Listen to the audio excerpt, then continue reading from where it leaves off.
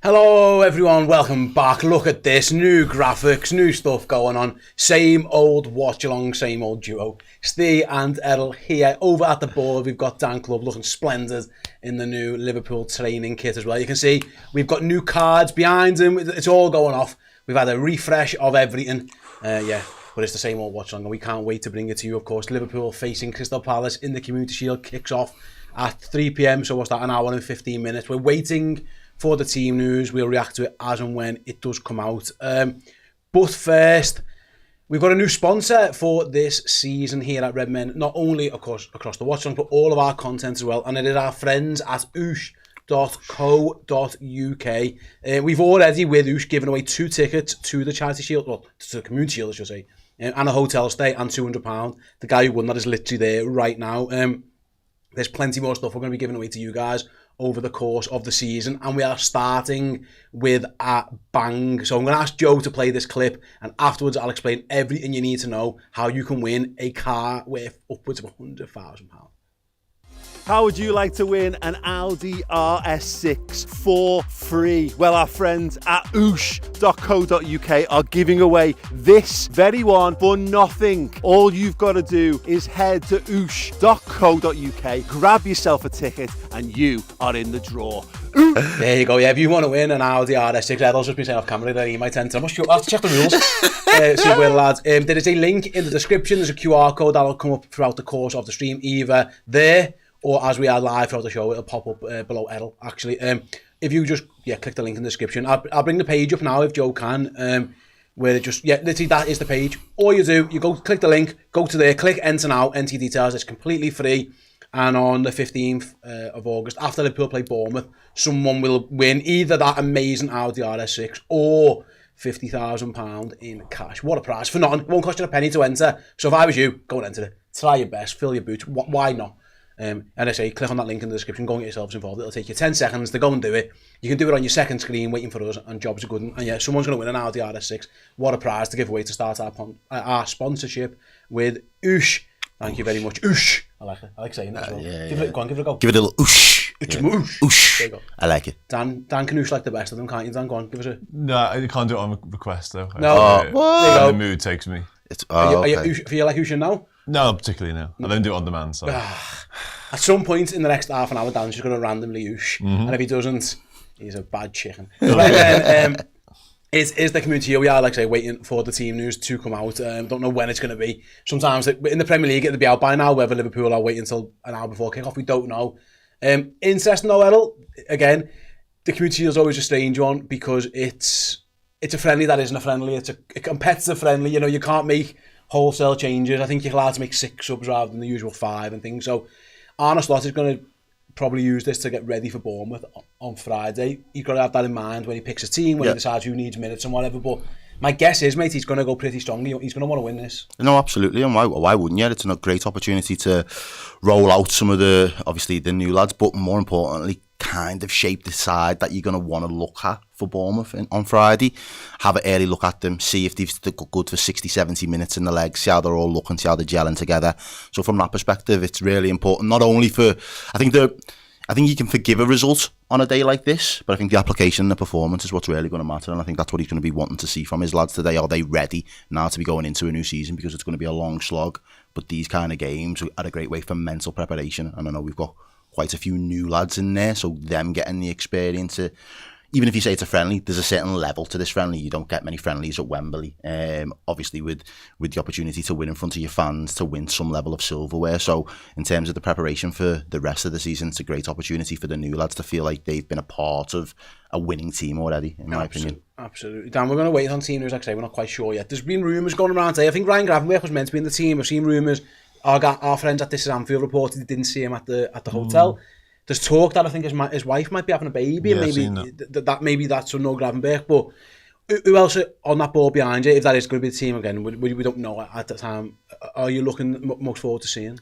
Yeah, obviously the new lads, obviously the well-established people that we've become familiar with. We know what they're all about. They know what this Liverpool team is all about. They know what playing for Liverpool and indeed Arne Slot is all about. So there is an excitement level behind like the Florian Wirtz, Milos Kerkez, Jamie Frimpong, Mamardashvili, if indeed he is the keeper today. Obviously we know Alisson's been missing for a little while. We're expecting him to be involved in some capacity. And of course Hugo Ekitike. But the main focus of all our attention will be the marquee, the blockbuster signing of the summer thus far. We might still be awaiting one to sort of eclipse that yet. But yeah, it will be on Florian Wirtz because I think we've seen flashes, I think we've seen glimpses of what he's all about, some lovely touches, some lovely interactions with his teammates, some recognisable patterns of play in there as well, but we haven't really seen him in his fullest form yet on the same wavelength as all his teammates. The more he trains, the more he plays, the more that will come. So yeah, I think a lot of attention will be on Florian Wirtz for this one, but I'm really excited to watch Liverpool play again. I think it's a really exciting time to be a Liverpool fan, especially on the back of what we did, what we achieved last season with all the new additions so far this summer. I'm just desperate to watch us and desperate for this team and this squad to get up to speed, one lover, just to see what we're capable of as well. The interesting thing with the Gravenberch one, he's suspended for Friday anyway. So yeah. Arne Slot, he might not have played anyway. There was talk that he might have done, but the manager might have even gone, if we're going to use this to get ready for Bournemouth, I might need to get some minutes into whether it's Curtis or Alexis. The manager said the other day, Errol, Alexis can't play the full 90 minutes. He's not quite there yet. So we're probably going to see a combination of Jones and McAllister, which it's probably better preparation. Maybe in this game it isn't as ideal because you might have wanted Gravenberch, but getting ready for Bournemouth on Friday, one of those two are going to start that game. So it's good for those that are probably both going to get some minutes. Yeah, no, absolutely. And I think they're probably going to need them as well, especially in McAllister's condition at the moment. If he's not able to play the full 90, it'll be important for him to get a bit of a run out, start getting some minutes back in his legs. And again, the intensity, you expect the intensity to go up a level. Palace haven't had that many days out at Wembley down the years, so for them this is still going to feel like a big game. It's a big occasion. We're in London, so there'll be a lot of the Palace fans in and around Wembley anyway, so they will be expecting that their team, maybe not, are ready for the season, but in terms of can you get yourself up for a cup final, essentially it's a FA Cup Part 2 for them, really, another opportunity to have a good day out in the sun. So I expect the intensity levels to go up, which means the likes of Jones, the likes of McAllister, they will need to get a real feel for what it's like, because obviously pre-season's been a very different pre-season this year for Liverpool in a lot of ways. Some obviously for circumstances outside of the players' controls for a lot of it, but they've just had to manage themselves a little bit differently in terms of their expectations. But this is where things start to get real. One of the questions I was going to shoot back to Dan, you've seen, or you've had the privilege of seeing Florian Wirtz in the flesh. Is there anything you noticed, obviously, because we've watched a lot of the games on the camera, on the TV, the camera will track the ball a lot of time. Is there anything you've noticed where you can see the man and the way he interacts with his other team, his other team mates? It's interesting that, because you're absolutely spot on in terms of so much of the focus of the cameras is where the ball is at a certain time, and just watching, you can do a bit of a player cam on someone like Florian Wirtz and positions he takes up. And what I noticed probably most of all actually is he does take up some really intelligent areas and maybe drifts into pockets of space where defenders just don't want him to be, but it is that willingness to go and find the ball, and he wants to be on the ball. He's always available. He wants to be a part of the play all the time. That's on and off in possession, by the way, because that was one of the things when we signed him. A lot of people thought, well, we're signing somewhat of a luxury 10, because obviously we've been so accustomed to Dom Szoboszlai putting the dirty work in whilst also playing in the role. Florian Wirtz works his absolute nuts off. Absolutely works his socks off every single time I've watched him so far. But yeah, in terms of in possession, it's definitely that willingness and that desire to go and get possession and make us play from there. That's what I've been sort of most impressed by. Again, some of the touches, some of the layoffs, some of the things that he's done, some of the flashes, some of the glimpses have been really, really exciting. But it is we're playing over there, I want to get over there and make something happen. That's what really caught the eye. Absolutely. He's a top player. In terms of the new signings then, we've seen a little bit, obviously, because Liverpool got their business done so early. We're not sure about the goalkeeper, whether that's Alisson or Mamardashvili. Ali is back. Well, I suppose you probably are. Are you bothered if it I think Alisson should play. Okay. He hasn't had enough minutes in pre-season. He needs those. He was a little bit. He was injured at the start of pre-season. That Preston game he didn't play in. We're watching Celtic scored. And then obviously he went home early from the tour of Asia. I think there was some personal reasons. So we haven't seen much of Ali. So for me, did he not play the other day either? Am I right? No, he wasn't involved. He wasn't involved in it till Bilbao. Yeah, so no. He could do with the game. So I hope it's him. I'm most looking forward actually to Hugo Ekitike. Okay. my guess is he goes and leads the line. Liverpool haven't got any other striker at this moment in time, which is something that they might want to address. But yeah, I was obviously away on holiday and I was keeping up to date with all the transfer news and the Isak stuff and the Ekatike stuff, and while scrolling while on the sunbeds, and I did catch a bit of the Bilbao game, and I was impressed with what I saw.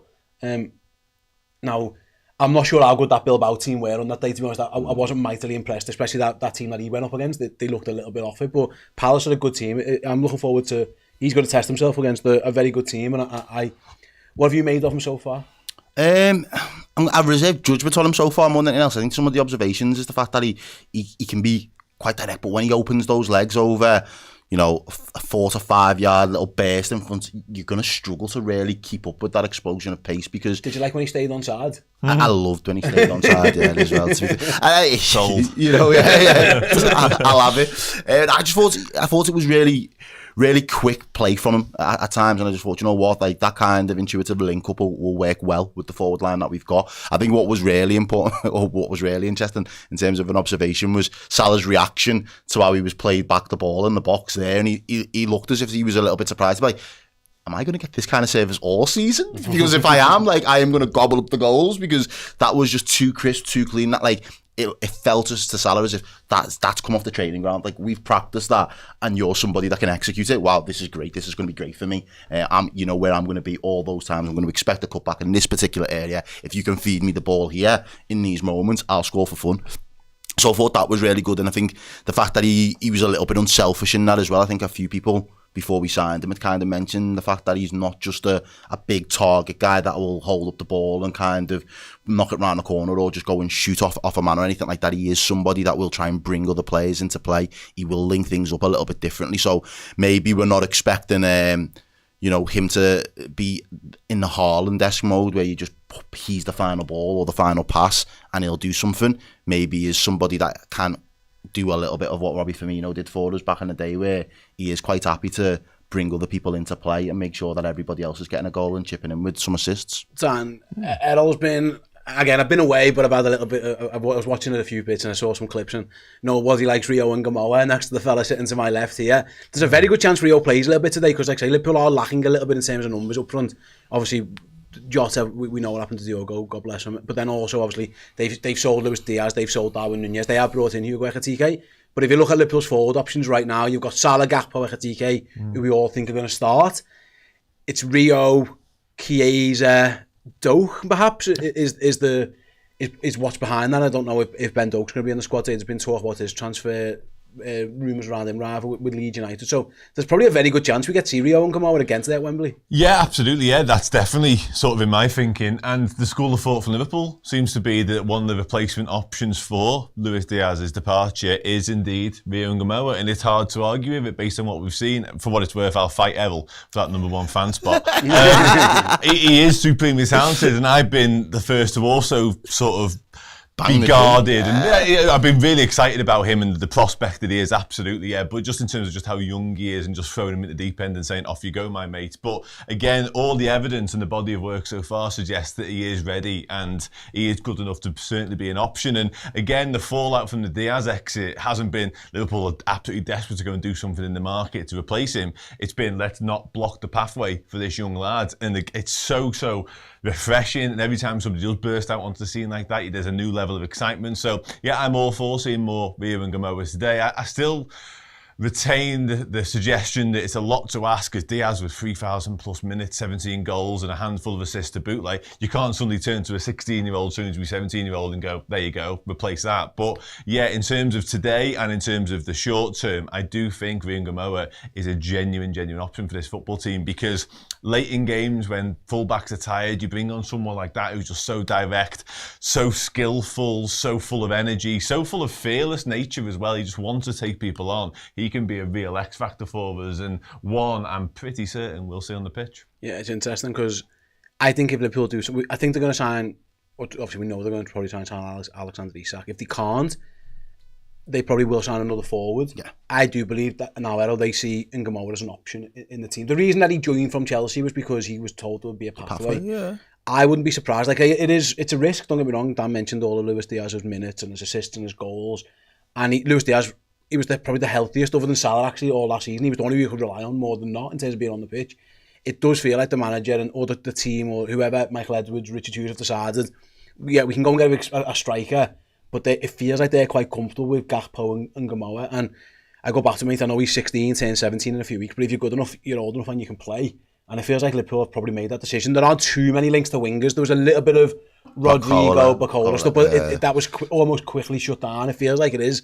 They're going for Alexander Isak as a centre forward option. Therefore, if they're doing that, they must really treat Rio and Gamoa as a proper first team player. Yeah, and they're going to have to at the end of the day. Like he's shown. Like me personally, I don't really get overly excited about pre-season games, but the flashes that he gave us in pre-season and then that goal the other day, mate, I was just like, this kid's the truth. Like he literally is. And one of the things that kind of excites me, I think, is Slot in Rio has got a project now, because the probably the biggest breakout player under Klopp was Trent Alexander-Arnold, and the evolution of where Trent came from as a fullback, and it ended up kind of inverting the ability on the ball, how he ended up being such a creative fulcrum in that Liverpool setup. That was all at the design of Klopp. Klopp moulded him into that type of player. His talent level has been able to plant that seed and make it effective, and it's grew and flourished into the player that he is now. However, Slot is very fortunately in that first season been able to see that there's some kid in the academy that is absolutely a world beater with a load of potential. But how do I make you into the most effective type of player? And I know I sat here with you guys a lot last season and was like, look, in terms of a number 9, I don't know what Slot wants. And when you've got to then go and look across the market of players that are available to buy and purchase, it becomes very few because players have been honed. So certain players suit certain systems where other players don't necessarily suit them, even if they might be a good player. And I think the opportunity that he's got with Rio is, I can make you the exact type of winger that I want going forward. And why would I not have that in the first team as a bit of a trump card, as a little bit of an extra option? It doesn't necessarily mean that it's going to be ready day one, match day one in a Community Shield. But between now and next season, the level of growth in terms of where he's at, in terms of being a footballer first team ready, by the time he's 17, I think we will see the template for what he wants his winger to be. And again, that means then Gakpo might have to adapt a little bit as well. But I think that is the exciting project that Slot's got with having someone as talented as Rio right now. Absolutely. The team is out. I know it's different. Joe, our one on the bottom is going to need a little update. I'm going to go over to Dan, who's going to bring us the team on the bench. Yeah, hi everyone. I think I'm missing one bench lad. I think he's just over there, but other than that, I think we're all good. Alisson Becker, as mentioned, back involved today. We knew that from the get-go. He is back in from the start as well. We can rest easy. Jeremy Frimpong starts at right back, I think. Yes, he absolutely does. We've got Ibu Konate, Virgil van Dijk, Milas Kerkez, a midfield 3 of Dom Sabos like Curtis Jones and Florian Wirtz. No Ryan Gravenberch at all. Cody Gakpo, Hugo Ekitike, Mohamed Salah, and a bench, therefore, of Mamardashvili, Andy Robbo, Alexis McAllister, the aforementioned Rio and Gamoa, Harvey Elliott, Wataru Endo, Federico Chiesa, Trey Neoni, and Ben Doak, as you can see, is right there, which also means no Kostas Tsimikas. Yeah. Bring the camera to me. You can stay on my shot while you sort that. We're going to get the Ben Doak card, which for some reason we didn't quite have ready just yet. Tsimikas interesting. Again, all those lads on the bench, no Kostas. I think is the writing might be on the wall for Kostas in terms of his place in the squad right now. He's been doing the donkey work as centre-half and yeah, it's just maybe again, don't know what's up. No Ryan Gravenberch again, which was, I was told yesterday he was meant to be playing. So again, hopefully everything's all right. We'll find out in due course. People are saying, his Bears having a baby. I have heard that. Mrs. Pregnant. And if that's the case, congratulations, best of luck. Ryan Gravenberch. Yeah. Oh, he'll give you that one for nothing, though, won't he? No, he won't oosh for me, but he won't oosh. But Ryan Gravenberch is there. Ryan Givenberch, not that. Ryan Givenberch. Ryan's Mrs. Givenberch. Yeah, that's it. Manny thinks says, where's Bradley? Conor Bradley's injured. Yeah. Still, unfortunately. So was that an ankle? Was it? I'm not sure. He didn't really say too much about it. Undetermined. Okay, sorry. Liverpool kept it quiet. So that's really easy. And again, we're only speculating on the Gravenberch stuff. That's based on rumours. I haven't seen anything official just yet, but I'm sure we'll find that out in due course. I'm sure the manager might talk about it. Yeah, Lewis Steele, actually, of the Mail has reported Ryan Gravenberch is absent today as his partner's about to give birth, is the report that Lewis has put on social media. So it looks like everybody was right, which is fair enough. Good luck to Mr. and Mrs. Givenberch as they attempt to give birth. He isn't suspended, for those asking. Ryan Gravenberch isn't suspended for this game. He is suspended for the Bournemouth game. In hindsight now, you'd want him suspended for this. He was going to miss it anyway. Yeah. You might as well just got the red card out the way, but that's where he's at. Bench is interesting. There's a few... Obviously, we saw Darwin Núñez's move officially go through yesterday. There's a couple on that bench still whose futures are undetermined, Errol. Federico Chiesa, although the noise around him has died down recently, the noise is swirling a lot more around Harvey Elliott. He is still on that bench. RB Leipzig have been heavily linked with a move for Harvey Elliott. Yeah, the squad, I mean, Liverpool are there now. Think about it. There's no Gravenberch, there's no there's no Timmercast, there's no Conor Bradley or whatever, and it's still a pretty strong bench. But yeah, it does feel like there's still maybe one or two more pieces. Like I say, there's a centre-back to be done, I'm sure. One of them is playing for Crystal Palace today. There's the Elliott thing, the Isak thing. There's a few bits and bobs around it, but it still shows, actually, for now, that bench is still pretty strong. There's a couple of young lads on there. You'd want a little bit more experience, but it's all right.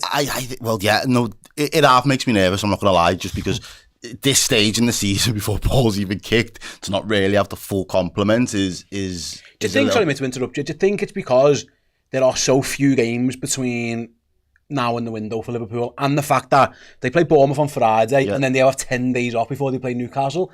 I wonder if that's why Liverpool are more calm about this than you usually. That's a big gap to get if you're going to get something done. Because if you sign someone now, they're probably not going to play against Bournemouth anyway. No, they wouldn't. You've got 10 days there to get some things. That's the only way I'm seeing it, because you are right. The day that Errol Kwanzaa was sold, you know, I thought Liverpool must have a centre-half ready, lined up to go, and that obviously isn't the case. And the situation is, in terms of the landscape, Colwill for Chelsea's had a big injury. I think that's going to obviously impact them the majority of his season, which means Chelsea, he's one of their more established centre-halves, really. I think Maresca would have relied on him quite heavily in that back line had he been available. The fact that he's not now means that Chelsea, again, we know when they need a player, they will go and address the area.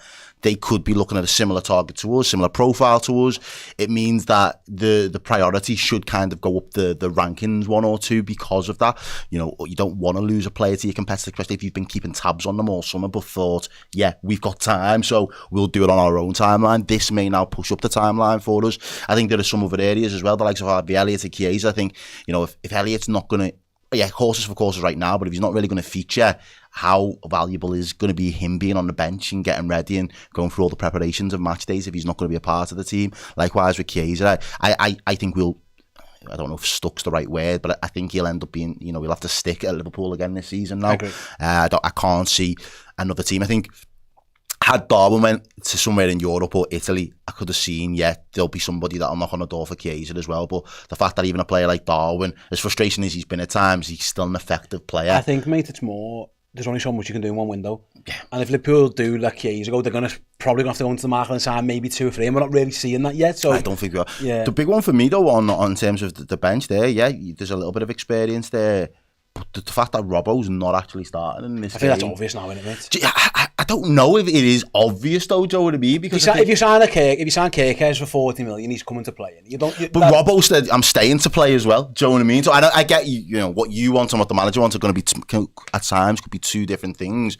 But there's a part of me that thinks, can Robbo not in the early part of the season be at a level that is the blueprint for Kirkes to follow, or is Kirkes just, because obviously the Trent Alexander-Arnold thing is what it is. Bradley's injured, Trent's gone, Frimpong's the guy who signed, you've got to go and just slot straight in.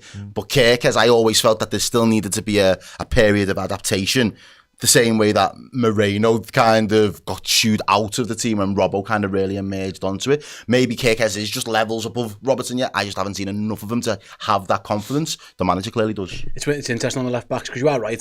My guess on Robbo, he's going to have like a Milner type role where he's going to captain them in the League Cup, and you're going to, you know, those you're going to see lots of midweek Andy Robertson. On Liverpool's left backs, by the way, Paul Joyce has just tweeted about Kostas Tsimikas.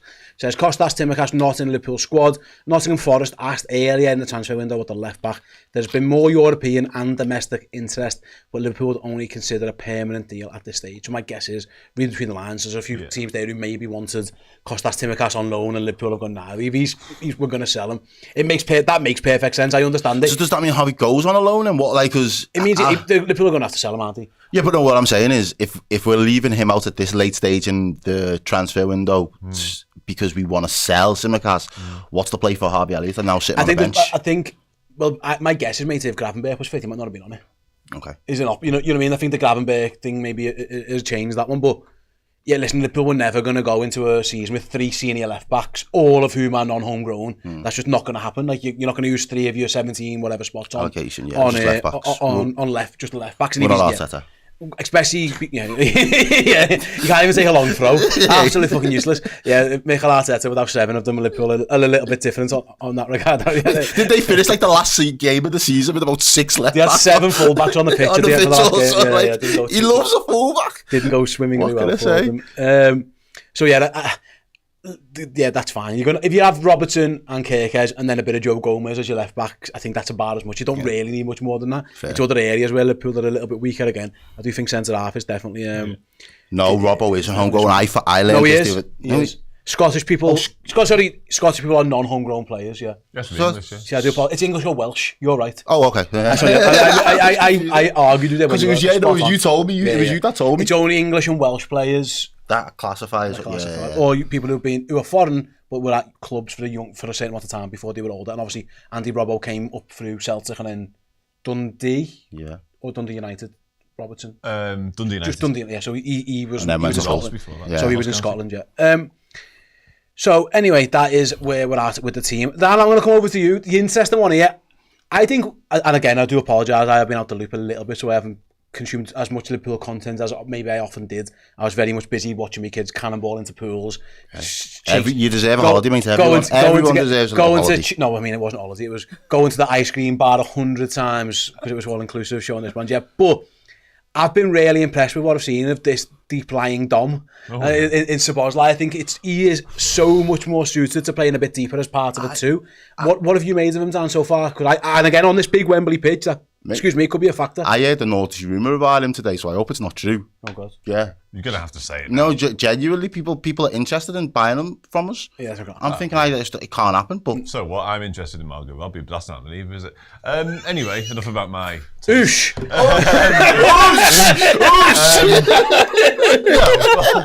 Back to the that's like question. A new mic drop, that isn't it? Back to the original question. Yeah, no, I've been really impressed as well, and I think we saw it at the tail end of last season as well. Szoboszlai in this new role, and I think it suits him. I think it suits his game more. There was always something missing. And it was goals and assists for large parts of the season when he was playing in that more advanced 10. I think his running power and his energy and his willingness to do the work served us really well. And there's nothing to take away from what he contributed to our success last season in the Premier League. I thought he was outstanding and a big miss whenever he wasn't involved. One of those players that sort of goes under the radar because maybe they aren't grabbing the headlines. Not in the same way that he did when he first burst into this Liverpool side and we were making comparisons to Steven Gerrard, left, right and centre. And justifiably so at the time, I want to say. That content age like milk. But I stand by it. That me all that time ago. I stand by what I said. But no, I think he's looked really, really, really bright actually. And I think again, what he was missing the 10, I jokingly said numbers, but that little bit of guile, that little bit of finesse, the sort of thing that we have already seen in flashes from Florian Wirtz, that ability to just play in tight spaces. Dom Szoboszlai is a 6'2" powerhouse of a runner who wants the game in front of him. His range of passing is excellent. His ability to cover the ground and to eat up the ground actually is excellent. Exactly what you need from a more box-to-box midfielder in those sort of areas. So I've been really, really impressed by him in pre-season, and I think long may that continue. Let's be honest, the best version of Florian Wirtz will be the version that plays in the 10. We'll see him drift over to the left. He might even play from the left as well to supplement Cody Gakpo as well as Rio Ngamoa. But I think Dom Szoboszlai deep in a double pivot, whether it be alongside Gravenberch, Jones, he's going to interchange with McAllister in that role as well, you would imagine. I think the signs are really, really promising. I think on that as well, I compared, I did a show the other day, and I compared like Florian Wirtz is your Ferrari in this situation now. He's small, nippy, he's quick off the mark, all of that kind of stuff that you would associate with a Ferrari kind of being the expensive sports car that it is. Dominik Szoboszlai is a mean four-wheel drive type of BMW, kind of M3 sports package, that type of, still a very impressive vehicle, but at the same time, they're not built to do the same job. And I just think the more that we've seen of him over the last 12 months, I certainly think one of the interesting things about it is he's got the intelligence of what Wirtz does, I think, but he just knows that now he's got someone in Wirtz. he can just lay the ball off to him and he can go and complete the task or the pass or find the pocket of space that he really should be in. And I think that then takes away that, not necessarily the pressure, but it takes away the level of expectation that you should have made that run, or it should have been you, or, you know, there are times me and you have argued where it's like, should he have passed or should he have shot? Like, I think he takes all of those things off the table now, because there'll be somebody else that'll be hopefully making the right decision in those positions. And I think actually his time spent in more advanced areas will serve him well for this deeper one now, because the third man runs, he's still going to get into advanced positions whereby maybe needs to make the right decision. I do think still he lacks that little bit of guile and that little sort of ability to play that intricate pass that maybe Florian Wirtz possesses. But one criticism I did have of Dom sometimes last season was often it felt like it opened up for him to shoot, and he was a bit reluctant sometimes, a bit hesitant, and we do know he's got an absolute rocket of a shot on him. So maybe from deeper areas when he can see the game a little bit more clearly without too many defenders to worry about and stuff like that, I think we'll actually see more contributions from him, because it was on a slot, I want to say sort of October time last season, was asked directly about Szoboszlai and what he wants from that number 10, and he immediately said goals and assists. Now, Szoboszlai's numbers were good, but they weren't excellent. I think we're expecting, anticipating excellent from Florian Wirtz. I think Dom Szoboszlai deeper will give us a little bit more anyway. No, absolutely, mate. I think you're absolutely spot on. We're going to hand over to Dan very, very shortly. For those of you who may be new to Redmen Watchalongs, how it works out, we do the team news, then me and Errol go and take a quick little break. Dan sits in for the fan interactive party, or you guys can talk about whatever you want to talk about for the next half hour. I'm guessing there'll be lots of transfer stuff. Dan loves the transfer rumour, or 2 or 7. So I'm sure you can get involved in that as well. A little chat about the game. And then quarter to the hour, me and Errol will jump back in for the entire watch-along. Things are changing afterwards for the new season.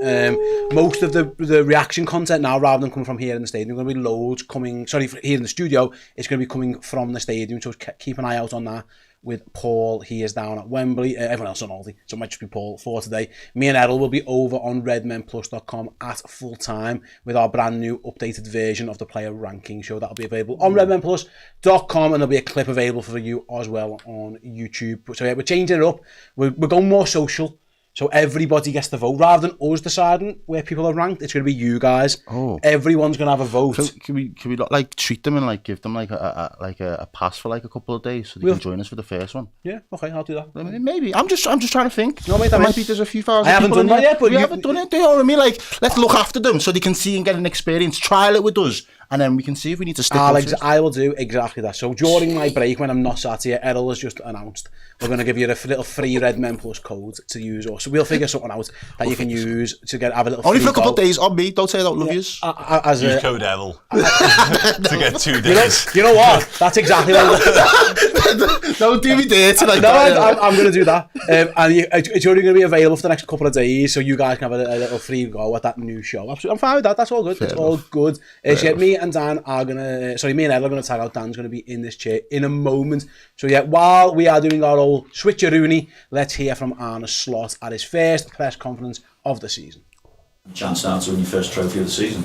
Yeah, which is nice if you can start the season with the chance of winning something, because normally you have to play numerous games before you can win something. If it's the League Cup, FA Cup, let alone Premier League or Champions League, normally you win something in the end of the season. And now we have a chance to win something in the beginning of the season. Unfortunately, we face a very good Crystal Palace that have been very difficult to win against for us, because we played 1-1 against them in the last game of the season, and they showed in the last final and in the semi-final, by the way, as well, how hard it is to win a one-off game of them. So I think most of the players that they have are still there. So even more reason to know what a difficult team it is to play against. Hey Arne, what did you learn from your last trip to Wembley? Obviously it didn't end with the trophy, but I'm just wondering, how does this link to this one, and are you looking back to what happened against Newcastle? Not looking back, because it's a different system that Newcastle is playing, but maybe the way Newcastle played that final could be quite similar to the way Palace might play this final. So Newcastle used almost every free kick they got, no matter where it was on the pitch, to bring it into our box. and that's a style of play Palace also uses. So they also like to bring the ball out from the back, but they also are a threat in set pieces and long throw-ins and all these kind of things. So there are maybe a few overlaps. Is that the way you say? Yeah, overlaps between the two teams, but. I don't know what's going to happen tomorrow, but Newcastle was going man v man all over the pitch, high up the pitch, high press. Normally, but maybe they will change it for tomorrow. Crystal Palace goes to a low block and defends in and around their own 18-yard box, and that is for every team very difficult to find gaps and to create your chances. So goals are in every game very important, but I think on Sunday. One goal is worth a lot. Hello everyone, welcome back to the Redmen TV and the fan interactive part of the Watchalong show, where we have a chat about literally whatever you want. Ahead Liverpool take on Crystal Palace down at Wembley, Anfield South, for the community stroke charity shield, whatever you want to call it. Fill your boots. How are we? First off, hope we are all well. Hope we're looking forward to it. I want to ask you a couple of questions just to percolate in the chat as we go along. Score predictions, just keep them coming and I will bring them up on the screen as and when I see fit. And secondly, who are we most looking forward to seeing today? I assume they play for Liverpool, or is it Mark Gahey's audition? I will bring the Palace side up momentarily. I know Mark Gahey's skipping as expected for Crystal Palace, but I will bring the side up and have a chat about that along the way as well. And before we dive into anything else, there was a super chat which I don't believe we mentioned in the first part of the show, so I'll do it now. I'm not quite sure how to say that name because a lot of stuff. Vabadan, that's just impossible. Vabadam Tim Titi. I feel like I nailed it. Isak hasn't even made the bench. Very disappointing. Yeah, it is. All in good time, my friend. All in good time. Let's all hope and pray that that is indeed possible come next Friday or after that, which is actually Newcastle United away, St James's Park. What a baptism of fire that would be. First game in your new club, in your new shirt, at the club. You've literally just down tools and left. Fascinating watch. Dickie, Margot Robbie chat begins now. Listen. I'm all for it, but we should probably focus on the matter at hand, which of course is the footy. I'm somewhat excited by the prospect of this game of football. I kind of knew the bench was going to look a little bit under strength given the absences. Obviously, Ryan Gravenberch's absence is a little bit of a surprise. I believe they had their baby last night, and fingers crossed, all is well, and congratulations to them. But yeah, I think his absence means we're obviously a little bit short-handed. Even more so. Obviously, Simicast's not involved either, seemingly for transfer reasons. I think we are light when it comes to the bench. There's some talent on there. There's no two ways about that. Just lacking in experience and lacking in viable options, in particular in the forward areas, really. Obviously, Ben Doak and Miriam Gamoa are the standout candidates to add to and maybe change what we're doing. But they're still so young. What they are is really exciting and really direct. And if we are, God forbid, chasing the game, they will offer us that pace and that energy we wish to do so. But yeah, I'm not sure they are perfect for us in many senses. And again, it hammers home really the need to maybe even do more business. And Chiesa, of course, more business this window. And certainly from a defensive standpoint as well, I think we are very, very light back there. And the Palace side, as promised, looks like Dean Henderson, Daniel Munoz, Richards, I can't remember his, Chris Richards, Maxence Lacroix, Mark Gahey, as I touched upon a moment ago, skippering, Tyreek Mitchell, Adam Wharton, who, is a really enjoyable watch as well, and I'd be interested to see how he gets on against our midfield. Daichi Kamada, Ebriche Eze, Ismail Assar, and Jean-Philippe Mateta, with a bench that looks like Benitez, don't know who he is, I assume he's the backup keeper, Jefferson Lerma, Nathaniel Klein, I do know who he is, Will Hughes, that'll be, Essa, what was his first name? Just escaped me. Edward, that's Odson Edward, Sosa, don't know him, Devaney, Justin Devaney, the Irish lads, and Cardines, who I do not know. So yeah, Palace, I think Palace have gone pretty much full strength there, to be honest with you as well. Yeah, they haven't done loads when it comes to the window at all. Yeah, I mean, they've kept hold of Mark Gahey thus far, and Adam Wharton, which they'll probably deem as a raving success right now, because as we know, Liverpool and many others keen on Mark Gahey. So yeah, I think we need to make that one happen as well. Right, some score predictions coming in. Ryan Willie goes with 3-1, Gakpo brace, and Flavian Wirtz with the third. 3-1 as well from Vasily. It says Wirtz, Ekitike, and Salah. I would absolutely love for Ekitike to score. I mean, our track record of new striker signings, scoring in the Charity Shield, and then kicking on from there isn't exactly glowing. But I'm still up for it. I think there's nothing like, certainly as a striker, we've seen examples of strikers starting well and then not kicking on, as I mentioned, but also we've seen strikers go through sort of mini goal droughts, and then we don't quite know what the future looks like after that. But I think Hugo getting off and running today would be a huge boost to his confidence. So I'm absolutely all for that.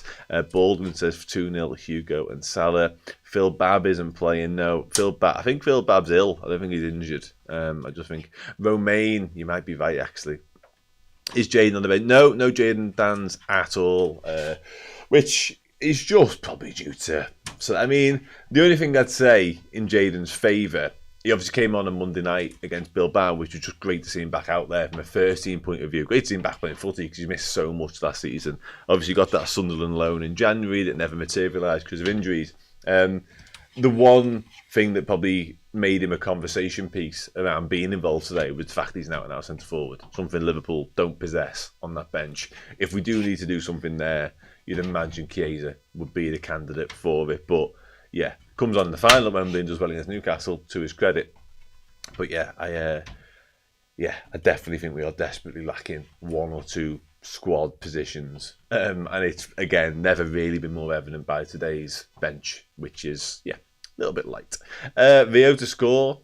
You'll never walk alone. Must admit I'm a bit anxious regarding our defence or lack of centre backs. Any injury to Virgil Canate could damage our season. Yeah, it would anyway, to be honest, regardless of the makeup of our defensive department. I think losing one of those two, particularly Virgil, not just because of the captaincy but because of the quality, will be hugely damaging.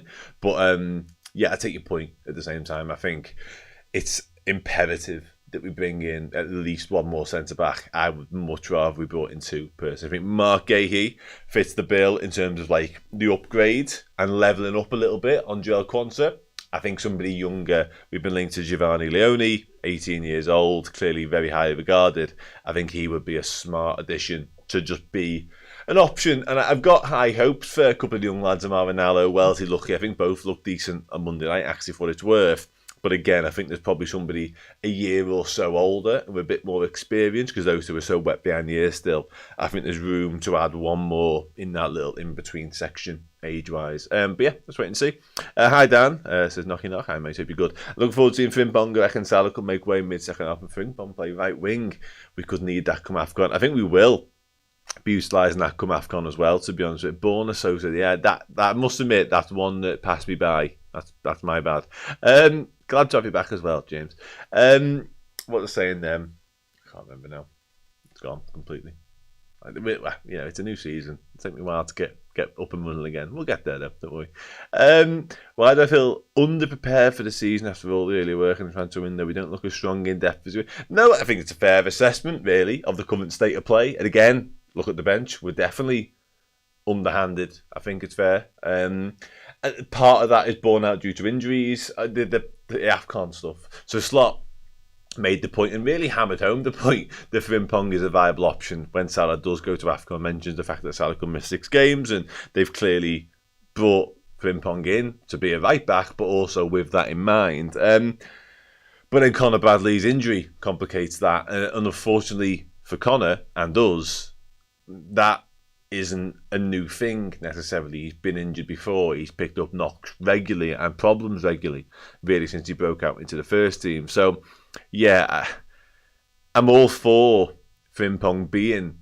a more advanced option and being able to replace Salah, to use that example. But no Joe Gomez today, no Conor Bradley today. What does the right back become? Is it Wataru Endo going out there? Maybe. You know, we've seen Arne Slot be a bit creative with what he's done. Trainioni's played centre-half recently. But again, you need the game. As much as this is a competitive friendly, like, you want to win games of football, and we are now, this is the final game before the season starts proper, literally on Friday night. I don't think you want to be making do by putting square pegs in round holes left, right and centre necessarily. You can get by over the course of pre-season, but when the stakes go that little bit higher, which today definitely will be, I don't think you can really be afford to be pissing around too much, to be honest. This is where you want, again, more squad options and more available squad options at that as well. Slot Machines, looking forward to watching Vert and Ekatike. Dave Jen says it'll be a 2-0 totally controlled and boring 80% possession. If you think that's boring, my mate, then that's fine. Do you think Frimpong could record? Yeah, absolutely. That's one thing.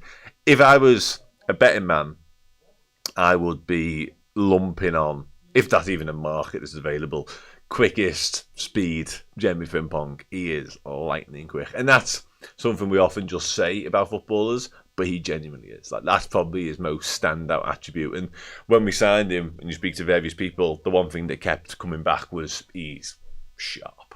Really sharp. 3-0, Salah, Vert and Frimpong. 3-1, Salah, Ekatike and Rio. Do you think we hold on to Lucas Stevenson, or does he get a loan? Looked good during pre-season, quite impressed by him. Yeah, likewise. However, I think he gets a move. Probably a loan. Aberdeen have been linked. Just watched Aberdeen a minute ago. He obviously spent last season up at Scotland, in Scotland at Dundee United. Had a really good time of it. But I've also been quite pleased with what I've seen from him. I just love his wholeheartedness, his commitment, and his versatility is really quite impressive as well, given he's played a number of positions again last season and over the course of the past few weeks for Liverpool. But yeah, the competition for places is so high. You've got to be so good to play for this Liverpool side right now. And I don't want to talk down on Lucas Stevenson, because why would I? But when everyone is fit, firing, and you've brought in the players that you want and the transfer window's shut, do I really see Lucas Stevenson forging a path into first team? Not necessarily. Trey only, yes. Ben Doak for what it's worth, yes. Ryan Gamoa, definitely. Lucas Stevenson, I'd have my reservations about that personally. So I think alone, there's 5 or 6 on that board in and around the squad today, most of whom aren't involved, who I think could probably do with loans away. Maybe Jayden Dan's included. Depends what we end up doing with Isak. Lewis Kumas probably falls into that category as well. But time will tell. There's still 3 and a bit weeks left of the transfer window. And of course, for what it's worth, we will cover it extensively here, as we always do. This Super Chat's been on screen for a while. Hitching Baz, hope you're well. Happy new season. Hope you're happy new season to everyone. I feel like I've not spoken to you guys that for a while, because I literally haven't. Hope you're looking forward to it. Out of all the new signs this season, who would you most like to get their competitive debut goal in this game? Your money's on Vert. My money's on Ekatike. So, yeah, I want Ekatike to score. If I can only pick one, which in the stipulations of the question I clearly can, it's Ekatike. Because again, I'll come back to my point. I'm so at ease with the signing of Florian Wirtz. He's clearly so laser focused on just being the best footballer he can possibly be, and I'm sure they all are. But with Florian Wirtz, his mindset, his mentality just seems to be unwavering, and it's like, not I'm boss. He's got that arrogance. He has got that swagger to him. That's evident. But it is just like, yeah, I will deliver. I will come up with the goods, because that's how good a footballer I am. Ekatike has shades of that too. But I think as a striker, as a number 9, as a Liverpool signing, especially with all the noise and speculation around Alexander Isak and with Darwin Núñez leaving the football club, there will be an intense spotlight and focus on Ekatike, and I think he would calm a lot of that down with a good performance and a goal today. So if I was to choose one new signing to really deliver and to come up with the goods, it would be Ekatike today. Good question though, and feel free others to answer that in the chat, because I like that question a lot. 4-0 Mauling. Somebody asked about Pacetic. Here we go. Had surgery about a month or so ago, but is now back, kind of involved, and I think Liverpool are waiting to see how involved he can be before making a decision on him, because I think Arne Slot might quite like him. But let's wait. Match day buzzing, morning, wherever you in the world, my mate. It's 2:30 here. I'm fine with Endo as cover. Oh yeah. Do you mean for right back, like today? Because same, but beyond that, panic stations. Where is Grav? Grav is with his girlfriend, at least his wife. I don't think they're married, are they? With his girlfriend after the birth of their child. Don't know if it's a boy or a girl. If anybody does know, feel free to inform me. Last night, hopefully as well. Arne Slot has just explained why Ryan Gravenberg's absence. I'm not going to read the article, because that's just rude. But yeah, I know that for a fact. Frimpong is Kyle Walker fast. Yeah, hopefully he's not quite as reliant on his pace as Kyle Walker was, because Kyle Walker, for a lot of the praise that he got, I think a lot of the quality was just surrounded by the fact that he just got back all the time. I think his positioning was terrible at times. I don't think his defensive qualities were all that, but it was just constantly recovery pace that bailed him out the ship, basically. And Frimpong does possess that. And I think we've seen, even in the short bits of football that we've watched him play so far, that he's got a willingness to want to defend and the pace to match it. So yeah, I think we're in decent hands when it comes to Jeremy. Jackson, you never look alone, says, Dan, I think we should sign Barcola just so we can do something with always Coca-Cola. Did not know where that was going when I started it. I'm glad I said it now. Always Liverpool, always Barcola. Listen, Chris Pajak, who looks after our merch here, would be delighted with the signing of Bradley Barcola, largely due to the reasons you just outlined there. The merch potential there, and the song potential is pretty high with someone like that, which should be high on the list of boxes that Liverpool need new signings to tick. Alexander Isak, I think there's something to be done there, personally. Bradley Barcola would be an absolute goldmine. You don't get the fuss around Ben Doak. I mean, we've got contrasting comments literally back to back here. I like him, mate. I've always have. I'm a big fan. But listen, Liverpool will make a call on him. Absolutely will. I think if Chiesa sticks around, Ben Doak may well make way at that point. I've seen James Pearce the other day said I think Leeds were keen. Liverpool have got a price. Are you in New York? That makes more sense. Liverpool have got a price point on Ben Doak that if it doesn't get matched, they will just keep him. And I think that makes perfect sense personally, because you can do a lot worse than having Ben Doak in your squad, let me tell you right now. In much the same way, on the other side, being Momoa, I don't think there's too much to choose between them. Rio might be a bit more skillful, whereas Ben is more raw pace. But if we're getting really excited, and rightfully so, by the way, by Rio, I don't think we should be just dismissing the chances of Ben Doak playing a role this season, because he had a really good campaign at Middlesbrough prior to his injury.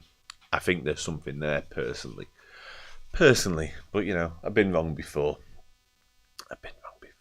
3-1 Liverpool, the palindromes grab his first goal. 4-2 Liverpool win, says Alan Jones. Go with the flow. Nicely played. Would like Liverpool sign one more English player? If so, who? Says Let's Go 41. I think Mark Gahey's the obvious answer there, isn't he? And I'd like to be more creative. I'd love to sit here and say somebody else about to watch it. Adam Wharton, I'm a big admirer of Adam Wharton. But yeah, I think when you look at where Liverpool are most in need, it is at the back. And the interest is clearly there in Mark Gahey as well. He's clearly somewhat gettable because he's into the final 10 months of his contract. There is probably a price whereby Palace just are inclined and have to sell the footballer. The fact he's captain today, I think that's another big plus point for him, and indeed us, because Liverpool like having leaders in the squad. He's clearly another one in that bracket, in that mould. So, yeah, and he's a good footballer as well. Ultimately, he's Premier League proven. And again, to come back to the English point, quotas, allocations, etc. makes a lot of sense. So yeah, let's wait and see. Duran's Custom says 3-0 Salah hat-trick, baby. A lot of people talk about Ben Doak to Sunderland, which I find mad. Has that been linked? Ben Doak has improved after the spell at Borough. Better decision making will be a handy option on the right. Absolutely agree. And I think we were talking before about Frimpong being the understudy, the backup, the replacement for Mo Salah when Mo Salah goes to AFCON. And that's fine. But that is confirming somehow ahead of time that Conor Bradley will be fit and available for that period, which I don't think any of us can really guarantee at this point. I'd love to be able to, because I think Conor Bradley is boss.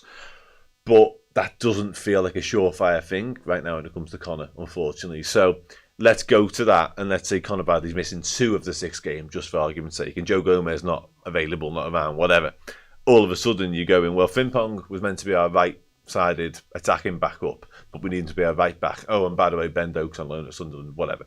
Like, I don't see the value in that personally. I think there's more value in keeping someone like Ben around. And again, there's minutes to be had there, because we can't just go Salah exclusively forevermore, every competition, every minute, every game. It feels troublesome at some point, and he's literally not available for probably 5 or 6 of them, right in the thick of the season as well, in the worst possible time around Christmas. Paul's on LFC TV now. Good man. Paige, who I assume is Chris Pajak, is currently somewhere back in around Thailand. Your guess is as good as mine. beyond that. That's literally all I know. I haven't heard or seen from the fella in about 3 weeks. It'll be a minor miracle when he's back in the studio. I'm absolutely convinced it will happen, but that's all I know. That's the only knowledge of the whereabouts of Chris Pajak I have. So your guess, like I say, is very much as good as mine. Yeah, good to see Paul being on LCTV. That's cool. Loving the Adidas top. They've bossed the kits and training stuff this season. Yeah, they have. Will Elliott get game time today as a farewell? Yeah, possibly. I mean, when it comes to sort of the transfer speculation and those involved today or not involved today, Elliott is an intriguing one because obviously the noise has really ramped up in recent days about him with Leipzig stuff.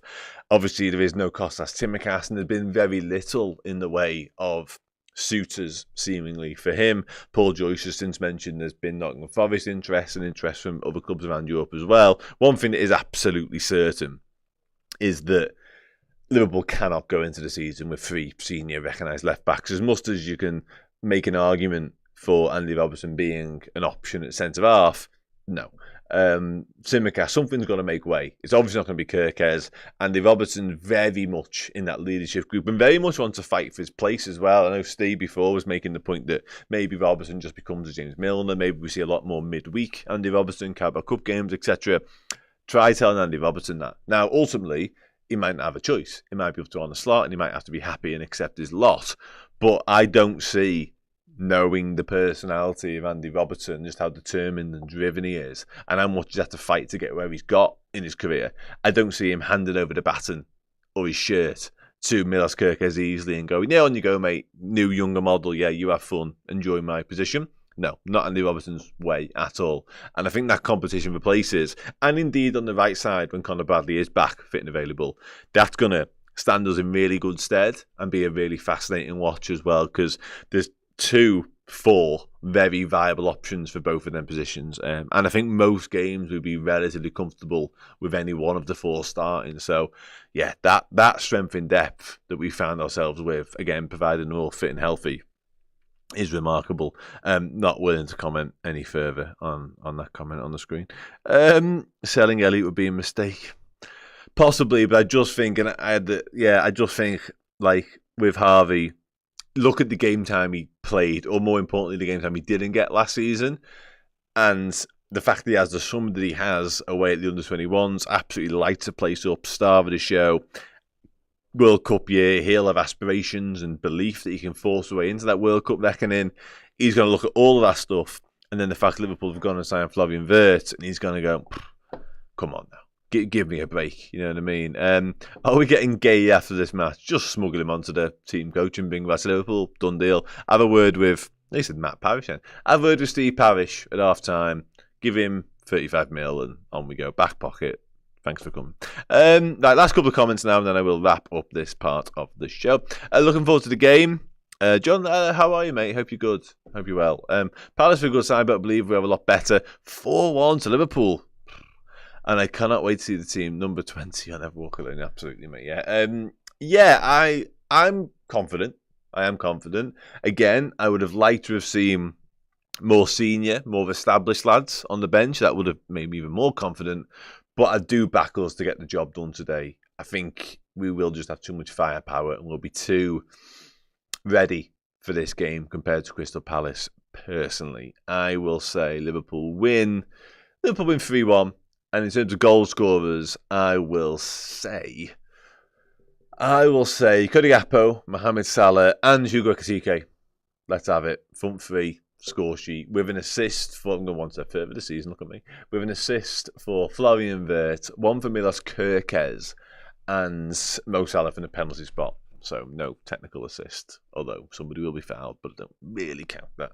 Although Fantasy Footy does. On the point about Fantasy Footy, I will be starting the Redmen one. That's one of my jobs for tomorrow, so keep an eye out for that. I'll throw it on socials. Might get a mention on YouTube as well at some point. So yeah, keep an eye. If you do play fantasy football, I will start up this season version of Redmen's tomorrow. So yeah, stay tuned and stick around for that.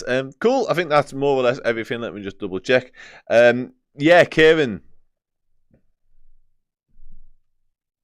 I don't know if you're telling me I need it. I don't know what you're trying to get at here, but it just didn't happen. All right. I'll DM me and we'll talk. I'm not willing to broadcast these things here. Not particularly private, but just DM me and we'll talk. DMs are open. Cool. Right. Done. Dusted. Let me double check that. Yeah. Wonderful. Happy days. So, yeah. What's happening now? I'm about to leave. Steve and Errol are about to return and guide you through Liverpool's Community Shield game against Crystal Palace at Wembley. All very exciting stuff. Before all of that happens, let me just brush away that last comment. Look at that. Beautiful. I'm going to love you and leave you with the first couple of minutes of our most recent, most brand new documentary here at Redmen TV, something that's particularly close to my heart. I spent a good few months helping make this happen, and I think it's a really interesting story. A story that is yet to be completed, but will be completed in due course. So if you have already watched Unawarded, then thank you so much. If you've watched and left comments and feedback, then all the better, because they've been wonderful. So thank you very, very much from the bottom of my heart. If you haven't watched it, here's like the first minute or two to tease you into watching it. Don't go and do it now, because Liverpool have to play a game of footy. But tonight, Sunday night, when it's all nice and chill, come back to YouTube and watch it then. But yeah, goodbye for now. See you soon. So a friend of mine who knows Sammy Lee brought to my attention in just a sort of a random conversation we had, apropos of nothing really, just kind of said that he felt there's a possibility Sammy might have been sort of owed a retrospective medal for a season from his Liverpool career, of course. He'd sort of noticed the rules had changed along the way, and maybe there was an opportunity or a chance that he might be, in line for some, as I say, some retrospective honour. So you look at players in the Premier League now, you only have to play 5 games to get a winner's medal. If you go back to the 70s, you have to play 14 games. And that remained the case for a prolonged period of time, really. More recently, I think in the late 2010s, it changed to 5 appearances, which is as we know it now. I felt compelled to have a look into what he said and sort of how much truth was in it. It became apparent quite quickly that he was right, first and foremost, but not only that, there was more to it than that. So one of the first articles I actually came across involving this particular story was from the Mirror, and it outlined the fact that Liverpool, Manchester United and Everton were all eligible to sort of apply for the medals from yesteryear, since the EFL changed their regulations to sort of fall in line with what the Premier League were doing as well, in terms of the 5 appearances being enough. Following on from that article, it turned out that Everton had actually gone through with it. They'd actually addressed this in 2021. They'd done seemingly a few players at a time. They'd done articles on them when they'd retrospectively awarded their heroes of yesteryear. And then I found out that Manchester United had done likewise in 2023, and that was actually on the pitch, Old Trafford, with Alex Ferguson. In the same Mirror article, it does also say that football clubs would have to give a written submission and an offer of payment towards them as well. So it is ultimately up to the football club to make a decision whether they want this to become a thing that happens. Then I started scouring through seasons and appearances and back catalogues of footballers. It startled me, some of the people we're discussing here, because you just don't expect it. Obviously some massive names that we've got for every reason that they might not have got a medal. People are in and out of teams, they're new players, they're older players, whatever. But when you listen to the list of names, you get people who scored in European Cup finals, homegrown talents, people whose names are still sung on the cop today. For them to have achieved something that would end up in them getting a medal today, but them not to have it in their own collection, it just shows the type of people we're talking about. Yes, welcome back. What a piece of content, what a story, what work Dan and Joe in particular have done, highlighting such an important issue. So yeah, after today, when Liverpool win the Community Shield and you've watched all our post-game content, you've scrolled through all the socials, and you're having a little chill tonight, little Sunday evening drink, a bit of food, go and check out Unawarded on the YouTube channel, this channel that you're watching this on right now. It's an amazing, amazing story, full of interviews with legends of the football club, some of whom have not yet got their medals, and they thoroughly deserve them.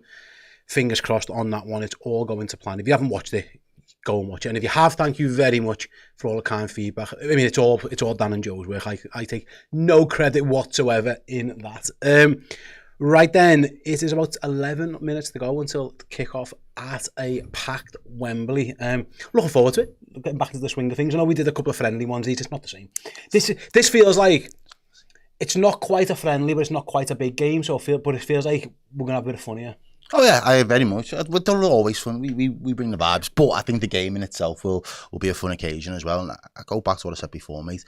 For me, the amount of our new signings that are going to be involved now, it really does give them a taste and a feel for how Liverpool treat big occasions on the whole. And, you know, if you can we always talk about like the likes of going on a good Carabao Cup run and getting yourself down to Wembley in around February, early March time, getting the first bit of silverware under your belt to kind of set you up if you're in a title race or if you're going deep into the European competitions and that.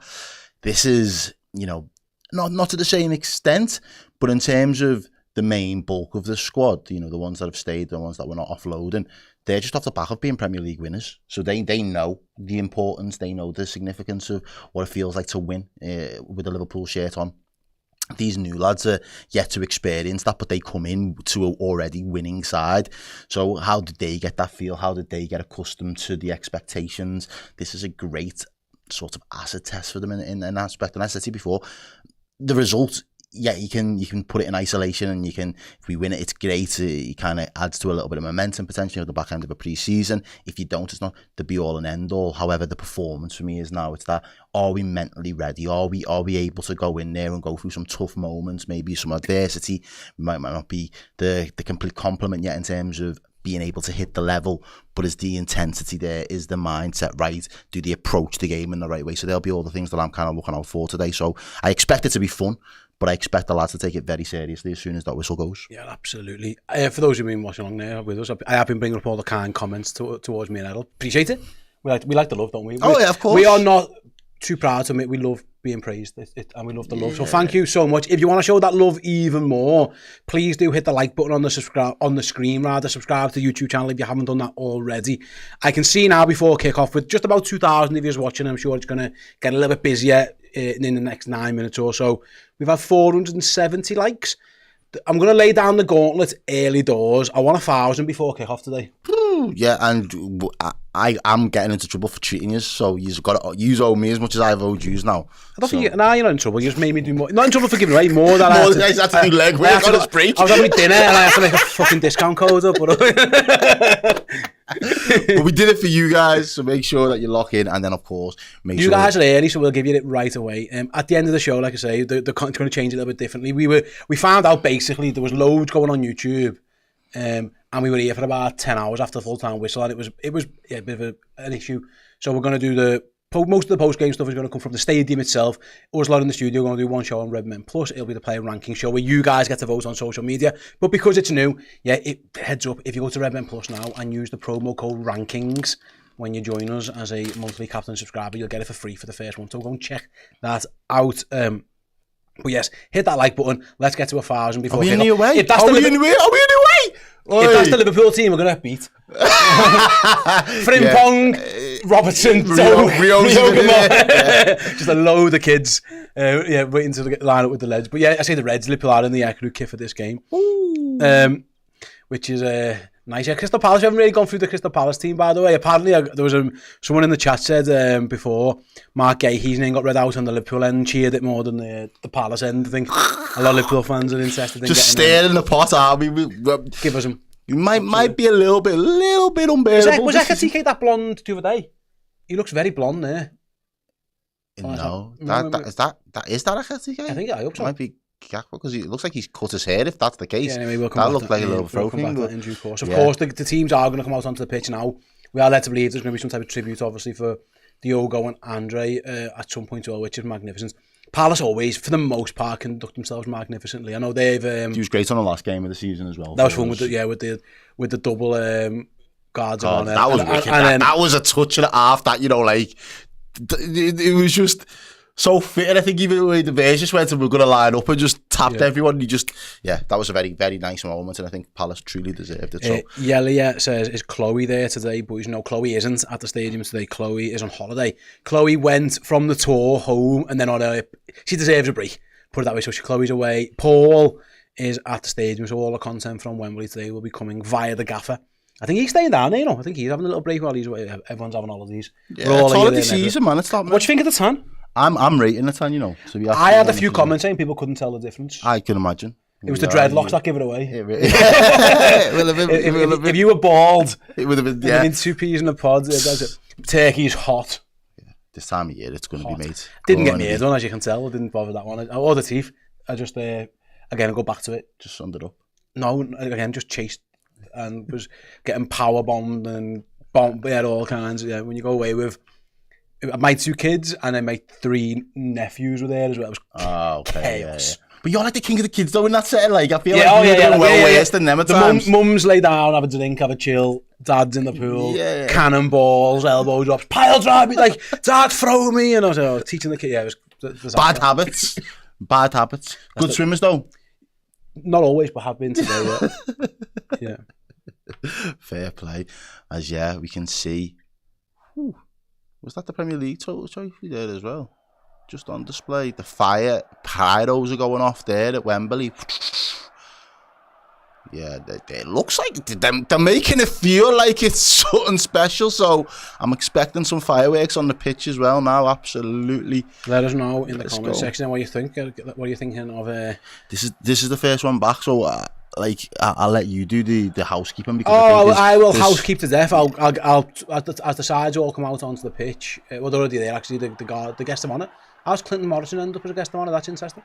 There's Ian Rush as well, representing Liverpool, of course. Mark Gay, the Crystal Palace captain, is leading the dignitaries. I don't know who that lady is. I can only apologise in advance. I can't see her face to name her. I recognise Ian Rush. Yeah. And Clinton Morrison. As they meet all the teams and all, of course, of the mascot. Good team, Palace, worth mentioning. I think they are. This isn't going to be a walkover for Liverpool. The last time they played here, they did a job on City. They did a couple of jobs on Liverpool down the line as well. They're going to be up for it. I say they don't have many trips out to Wembley. For them, we can turn around and say it's a glorified friendly and it's not overly serious, but they will want to take it seriously. They'll want to feed into their season with a little bit of momentum and know they can go up against, on the day, any team, and what kind of market is it if we can go up against the best possible team that's in the league. Yeah, Ekitike has taken the braids out. He's gone blonde. He's gone full blonde. Yeah, the blonde tips. I wonder how he's doing that, because maybe he has extensions when he gets his hair braided. I wouldn't be surprised, because that doesn't look like the biggest of. But I am not the expert on this. I digress. I will stay out of this conversation.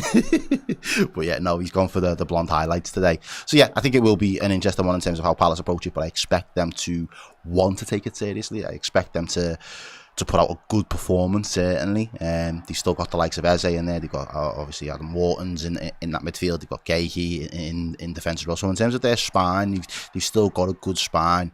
Have they lost one player? Who did they lose? Oh no, you kept Oldham at as well, haven't they? For the most part, yeah, they're doing all right. So yeah, they're doing all right. They're holding on to. Joe, Joe was taking his break before as well. We did have some super chats earlier, and I don't know actually if Dan read them out, so I will try and get to them straight away. Definitely haven't done this one because we were live there. Hitch and Baz says, of all the new signings, who would you most like to get their competitive goal debut in this game? I would like Virch. Yeah, I'll take Virch. Yeah, it's got to be one of them two, hasn't it, really? Yeah. I like obviously the assists from the full-backs. I think that'd be important. And apologies, I don't know if Dan did these, by the way. I should have asked him. Oswald Lee says, are we getting Gay after this match? There's a chance, I think. I hope so. Yeah, I think we need to put our interest in there before Chelsea do. Yeah. And then John Lee, David Blackshaw, our good old friend, says, I'm looking forward to this game. Palace are a good side, but I believe we're better. 4-1 to Liverpool, and I can't wait to see the team. He's gone big. Don't mind it. Absolutely don't mind. And there's what's up at stake today. The big silver plate. It looks good in the sun. The giant 50p. Yeah, big 50 penga. As Paul and Chris have commented. Right, where are we in terms of Henderson, Richards? Likes. Right, I am at 729. I said I want 1,000 before kick-off. I'm still 270 off. I need your help now. Get it done now. As I do, I'll read out the teams one more time for those who've just joined us. So the Crystal Palace team: Henderson, Richards, Lacroix, Gahey, Munoz, Wharton, Kamada, Mitchell, Sarr, Mateta, Eze. It's a very good team. Lacroix. The Liverpool team, for those who are unaware, you've got Alisson, Becker, Milos Kerkez, Ibu Konate, Virgil van Dijk, Jeremy Frimpong, a midfield trio, I guess. Dominic Szoboszlai, Curtis Jones, Florian Wirtz. You've got Salah on the right, you've got Cody Gakpo on the left, and you've got Hugo Ekitike up front. Ryan Gravenberch misses out as his partner is giving birth, so good luck to Mrs. Ryan, Mrs. Gravenberg. Hope it all goes well for the family. So that is the team, both teams that are going to be playing in the game. It says we're 40 seconds away from kickoff. I'm not quite sure how close we're going to be as both teams are announced. So what we're going to do very, very quickly, I'm going to hope Joe, this 5-second waffle is give Joe enough time to cue up the video. One more time, over to Paul to tell you how you, via our sponsors, our new friends, oosh.co.uk, can win yourself a brand new Audi. Check this out, and me and Errol will be back with the full watch on. See you in a couple of seconds. How would you like to win an Audi RS6 for free? Well, our friends at oosh.co.uk are giving away this very one for nothing. All you've got to do is head to oosh.co.uk, grab yourself a ticket, and you are in the draw. Oosh! Yeah. Look at that. Get yourselves involved. Go and win it potentially. It's free, completely free. There's a link in the description. Thanks to our partners, our good friends at Oosh. I know my ma's watching. Go and do it, mum. Like, we'll go halves on the 50k. Do you get me? Like, if you my guess is I don't know if the car's worth more than that. I think. So probably no, it is. It's about 70-80 grand worth of a car. Yeah. Take that. You can do what you want with it. I don't know what the rules are. We'll just split. Go on, mumsy. Do what you got to do. Do some good work for us. We met some of the guys from Oosh when we went over to Dublin. Yeah, good. You was telling me that. Good crack. As they'd say over them ways, good crack. Yeah, someone mentioned there, Arnold Slot said Ryan Gravenberg's missus give birth last night. Kieran, thanks Kieran. I hadn't seen a key, but yeah, thank you very much indeed. Couple of 4-1s are going round in the chat. Yo, confidence, I like it. Yeah, absolutely.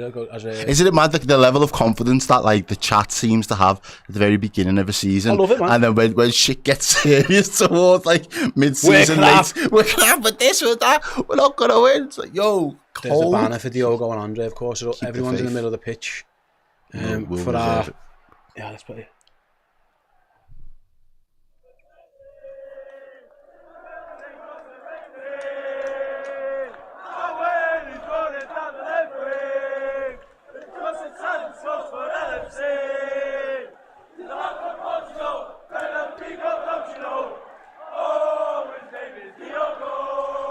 And he gets a massive round of applause as him and his brothers' faces are shown on the big screen at Wembley. And yeah, I think that's going to be a message that we'll see quite a lot throughout the course of this season. There's an extra level of motivation for obviously a lot of his teammates that were there with us last season. And I think Liverpool will continue to just show how brilliant they've been. I know Liverpool got the Forever 20 on the kit Saturday all season, which was a nice touch as well. It's all season. We've got the song, we'll be playing it, 20 minutes, remind me. I won't forget every time. The chatter on it as well. Colin says, let's go boys, Texas in the house, got my new Diogo kit on. The wife has effed off to the sewing room, so it's all mine. Enjoy Colin's, Colin S. Let's go. And then it's Crossbow. I'm going 4-1 to Liverpool. Vert, Brace, Salah and Ekatike. Let us know your predictions in the chat then, guys, as the game is only seconds away from kicking off. It'll be Eze kicking off and Crystal Palace go long straight away. I think they were trying to win a throw-in or something, I don't know, but either way, Liverpool in their left-back position with Milos Kerkez have won said throw-in in that bright... That was like what PSG have been doing. Just try and box you in. Just box you in straight away from the off. Try and win it back from the throw-in. Ibu Konate is forced to do some defending and Palace have now won their own throw-in. Let's play a song, new season.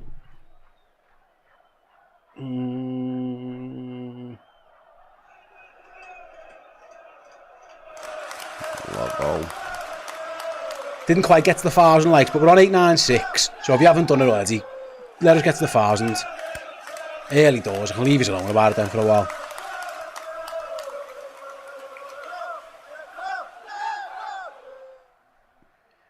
Apparently there's some booze from somewhere. I don't believe that would be for anything malicious. I'd like to hope not anyway.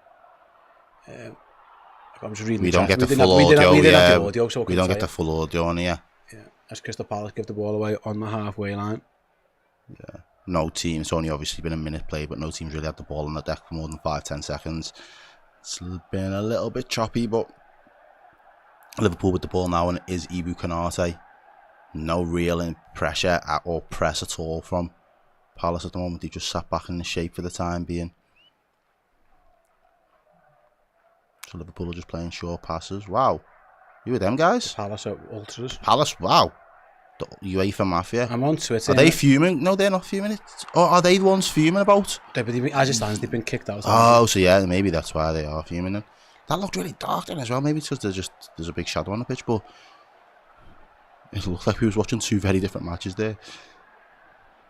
But, yeah, there's a lot of people on the internet about some people booing the silence again. Maybe people saying booing the anthem as well. Anyway, yeah. Live that with Liverpool fans. Yeah, if it's the anthem, it's very much going to be the Liverpool contingent. I'd like to, yeah. 48. Big up the West. He has. Coming Liverpool anyway in the midfield with Virgil van Dijk. Curtis Jones playing a bit deeper, isn't he? In that like Ryan Gravenberch role, I guess. As Liverpool with Ibu Konate going to go all the way back to Alisson Becker. He's just on the edge, outside his box. Chunder Catcher, Errol, what snacks have you got? Do you in it? It was just me, yeah. I just had some Haribo. Do you want them? No, I'm good, thanks. I've got Dr. Pepper Zero.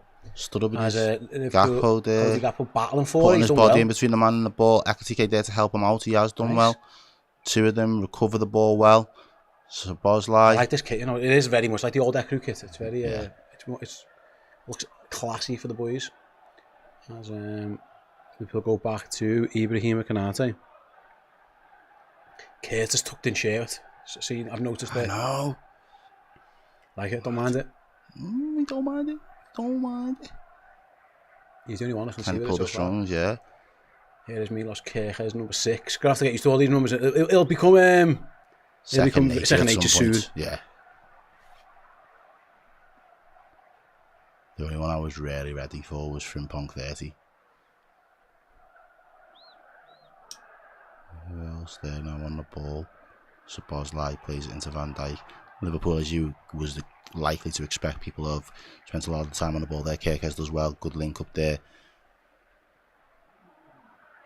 Yeah, Florian Wirtz has just drifted over to this left-hand side. He's on the ball now. He plays that ball. It's a lovely ball between the lines. Gets it back from Ekitike. Nice link-up play back to Ekitike. Ekitike lets a shot off and he scores! Okay! 3 minutes! Okay! That kind of link-up, you know. 3 minutes and 50 seconds in. Hugo Ekitike, talk about whatever you want to talk about, but he's just scored. Talk to me nicely, Hugo. And Hugo Ekitike scores for Liverpool 1-0. It's a low-drilled effort into the bottom corner. There's Mario. He always gets on the telly, Mario. Super Mario gets himself on the telly, but it's Hugo Ekitike with inside 4 minutes. Not ramping though, just standing on business. It was just a lovely link-up play here on this left-hand side. Something you haven't seen loads of over the last... Vert plays it down the line into Ekitike. He's definitely onside.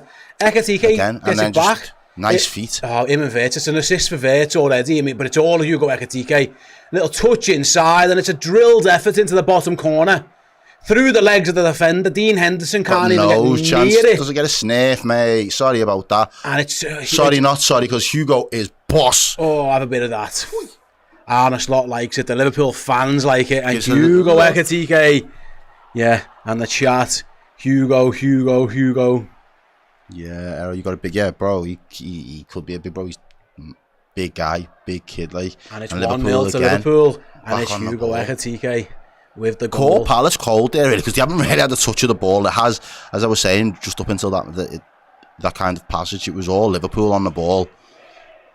Hugo Ekitike opens his account for Liverpool as well. Nice to see Florian Wirtz drifting over that left-hand side as well, wasn't it? Getting involved in the game, just a free roll for Liverpool's record signing. As Dan said before as well, just wanting to pick up the He's a super player. Yeah. Going to Liverpool again. This time it's Cody Gakpo. Cutting inside. Oh, it's electric from Liverpool. Gakpo into the box. Can he get on the end of it? No, just eased out of it in the end. And Palace clear just about. But Liverpool smelling blood perhaps down that left-hand side. Crystal Palace's right. A couple of times now they've ran through it very, very easily. Here they go again. It's Gakpo again. Up against Richards. Gakpo into the box, cuts it. No, he doesn't. Now he cuts it back. Crossing coming from Kerkez. Not a bad one. Towards Ekitike again. Headers away. Was that Gahey as well there, getting up? Mark Gahey showing he can win headers. Liverpool fans have been worried about that, haven't they? Munoz tries to clear, gets Palace to the halfway line. He just hoof it away. Virgil's clearance isn't the best though. And Eze has it on the halfway line. Do you think Eze will be freed from Palace before the end of the transfer window? I hope not, because it probably means Arsenal, doesn't it? And, Yeah. But I like him, he's a good player. I think Eze's we'll a wicked player. Wicked player. Hugo Boss feels like an upgrade to Divock. Ooh. Early days, man. Early days. If you can have the level of impact. It was a good finish, though, wasn't it? Yeah, it was a nice, tardy finish. Didn't have to blam it, did he? Just almost like placed it in the corner. But Crystal Palace, trying to attack Ibu Konate, shuts that door and sets Liverpool off again this time down Mo Salah's side. Right hand side. Oh, no, it's Frimpong's on the Frimpong outside. He's a letter how fast he is. Cuts it inside. Ekitike looks for Salah, overhits it. Henderson, nice and calm, picks it up. Frimpong is a road runner. He is so quick. God, he's rapid. Regina says I'm obviously confident about this one because the dream team are in the studio. That's what we do. That's what we do. What we do is what we do. And we're past that fars and likes well. See, we got there and we scored. You tell me that it's fake. It works every time. 90% of the time, it works every time. As Crystal Palace win a free kick that they take quickly on the halfway line again. Hugo Ekitike, 3.5, maybe 4 minutes into his Liverpool. Is this a competitive game? I don't even know. Either way, he scored and looked really good doing it. Made it look easy. It was just a link-up play. It was just lovely. Palace go long. Frimpong wins his header, which is important. He's a little guy. So nice to see that he's got ups. But it does fall to Eze, now to War, and he tries to play it through. Szoboszlai does well. Szoboszlai did well, but he still managed to get out wide here to Munoz. But they're going back now, Crystal Palace. That free at the back's interesting for them. With their wing backs, it's what they like to do. It lets Eze do things like this, just drip inside and got a link up. As Mateta tries to play it through, wins a throw in, isn't he? Mitchell's happy to let that one run out.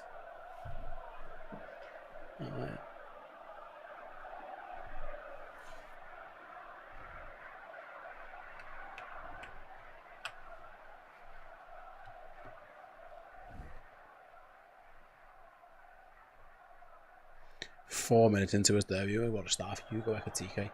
Crystal Palace, we know what comes here. Richards goes over, bombs away into the Liverpool box. And these are the moments where you think, yeah, this is where I want to see a Liverpool really switched on. Yeah. There's a couple of set piece goals in pre-season. That's just So a long throw in. Someone's got to attack it. They do, to be fair to Liverpool. And they should clear it. Frimpong, just wellies up the pitch. It wasn't the greatest clearance. No, it wasn't. It was a bit of a poor clearance. Didn't get the distance that he wanted. And Palace now straight back in. Now they get to the byline. They've done a lot better than and Frimpong does really well on the recovery there. He got beat and got back. Does really well. Palace won a penalty here, I think. Do they? I don't know. Let's see. Well, we're not going to get to see that replay. That's never a penalty. He kicks him. It's never a penalty. It is a corner. It's not a penalty. No, never a penalty. It was commanded into the box. It's that desire to make a mistake, and I need to get back and recover and help the team. For a whole host of reasons last season, that was lacking in full-back departments, and it's nice to see that we've got that kind of intention back there. That wasn't a foul. I don't know what Crystal Palace were asking for there. Liverpool corner comes in, good headed away by Konate. Liverpool might be able to counter. And they're off. There's 7 of them. Keep going. There's a block. Just hit someone on the backside. Didn't know anything about it, but he was just in the right place at the right time. Now it's a quick turnover, and it's going to be a free kick. Ibu just had to take Eze down. Couldn't take no chances. I'm sure it was Gakpo's pass. I don't think he needs to play that level of percentage pass. He could have just kept going. He tried to play like a banana type outside the booth pass. He didn't need to. Liverpool had like 5-on-2 at one point. It's quick. It's amazing how quick we can be again on those transitions, but it will be something that we need to work on. Those final balls, getting the decision making right. It didn't need to be that hard. You know what I mean? That's a low percentage skill almost. Salah did well. I think it was originally on the edge of the box to kind of help spring Liverpool, but then I think it was Gakpo. Liverpool had numbers up there, and I don't think he needed to do that. And in the end, this resulted in a Crystal Palace free kick. I mean, he's miles out, Eze. Is he going to shoot from there? Interesting if he does. That is so far out. Let's wait and see. Yeah, that's a crazy distance. It's about 40 yards, isn't it? Yeah. It looks like he is, though. All I can think of, are they going to switch it to the left there and then get a ball into the box? Mateta, Richards, Munoz, they're all these up are the there. situations and moments where I want to see, can we be switched off from the on? You know what I mean? Or can we be switched on from the off? Probably makes more sense. Let's find out. Crystal Palace are He taking plays it. it Eze short. going to shoot. Deflected wide. They played it short. He ran, tried to power drive it, and Liverpool block and corner again to Crystal Palace. Nice little move, actually. Again, it's going to be a worldie to beat Alisson from there. It was Jeremy Frimpong on the charge down, and then it hit Szoboszlai on the backside, I think. And Crystal Palace having another corner. Konate was dominant off the first one. It was worth mentioning. The header went miles. It nearly resulted in a counter-attack. Liverpool might get the opportunity to do the same again, though. So can we stay switched on defensively? Nothing silly, no sloppy goals here, Comes into the boys. box, heads the way again. I think it was Ekatike. And again, dealt with Gakpo this time. Can Liverpool counter again? Waiting for a bouncing ball. Salah now. Ooh, Virgil's And Liverpool clear up to the halfway line. Oh, hello, go on. Salah's battling. this Can time. Liverpool win it? Oh, And there's an offside flag up. Liverpool will have the free kick inside their own box. That was Ekatike, I think, at the near post, with that big header. We haven't seen a little replay of his goal in the 4th minute. Little spin on the ball from Vert. Takes one touch out of his feet and then takes it so early. There's not like loads of power, but it's bent in. Virgil van Dijk knew it was in the second it left his boot. The captain was celebrating. As Liverpool's new French attacker. I lie. I'm not mad at it, though, you know. I'm not mad at it. Calm down. Stop talking. I wonder what the talk's about. Isak, maybe? Or I don't know what it's been about, but either way, he was happy to celebrate. It's nice to see someone doing that when we know you're tied down for the next 5 The last years. fella who did that was fucked off. So like, 6-year contract. 6 months, yeah. You're on a 6-year contract. Do that as much as you want, lad. Anyway, battle in the midfield with Crystal Palace. They go long down the left. Frimpong gets a touch. Oh, and that's clears. brilliant, Good. that as well. What a touch from Ekatike. And it in. It's Salah. It's Mo Salah down the right-hand side. He's got men streaming forward. He goes back post looking for Vert. Go! No! It's saved by Henderson, and what a save. I don't think it would have counted anyway. The flag went up. It just looked like Gakpo was going to score. It looked in. Henderson saved it. I think he'd have been offside anyway. Wouldn't have counted. That was The electric little touch from Ekatike on the halfway line. Have a bit of that. See you later, alligator. Set Liverpool on the way. I think that when Salah crosses it to Vert, that makes Gakpo become off. Oh, it would have been tight. He probably was just off. He missed it and Henderson saved. Oh, wow. It's a good save. He probably was just offside. I think that was right. Yeah, Henderson adjusted himself in mid-air because he realised if he just gets one arm to it, probably goes into the path of Vert. So he gets 2 good hands to it, really. We saw the replay. It wasn't as clear-cut an offside, but I think if the lines would have been drawn, I think he would have still been off. Frimpong winning headers again, just... That touch from Ekatike on the halfway line was... This is what we said before, he's not just a target, man. Here come Palace, Mateta, one-on-one with Alisson. Alisson saves. Does really well. Does amazingly well, does Liverpool's goalie. The chance isn't But gone yet, though. yeah. Palace on the edge of the box. That could be a penalty. That is a penalty. And it's Looks gonna a penalty. It looked like a pen. It looked like a penalty on Virgil van Dijk. He thinks he got the ball. He's saying he didn't touch it. He's saying ref. Well, we'll VAR VAR it. will look at it like Sarr there goes holding down. his ankle. And this has already turned into a bit of a tasty game, I'm not going to lie. I mean, Let's have a little look at the replay in a minute. Alisson with a big one-on-one save. Sarr going across the box. No, he does win the ball. He gets the ball, doesn't he? It looked like. Does Van Dijk not get the ball? No, he doesn't. He doesn't. It's a penalty. It's a penalty for me, that. Dang. It's a lazy leg, really, from Virgil. They're getting the checking it. I don't think that'll get overturned. I don't think that's going to be overturned. What might happen is Mateta might have been offside originally from the through ball. They're checking the offside from the through ball. That's a foul. It's whether he was onside or not. The original pass. It was a wonderful save from Alisson. Originally. It's a very big ass. The best in the world, one-on-one. Yeah, when the pitcher moved, then I was thinking, is he going to run out? But he doesn't. He holds his ground firm and then wants to command like the edge of his box. Let's see this. Is Mateta offside in the build-up? No, he's on. He's on. I think it's bottom of the screen. Kirkes looks like he's playing him on. And then there's going to be a pen. Yep. There we go.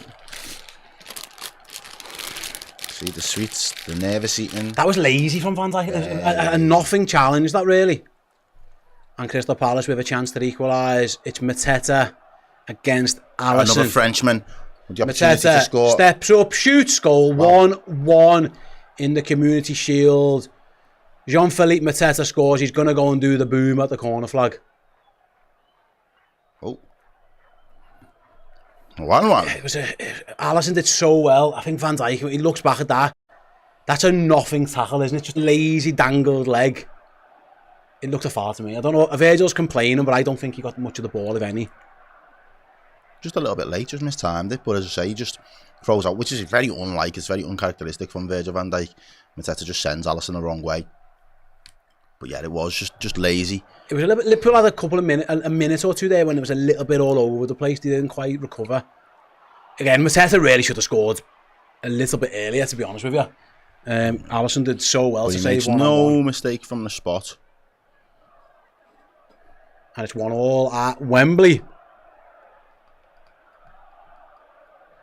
And the Palace fans have got something to shout and cheer about now. And Virgil van Dijk tries to rally the troops.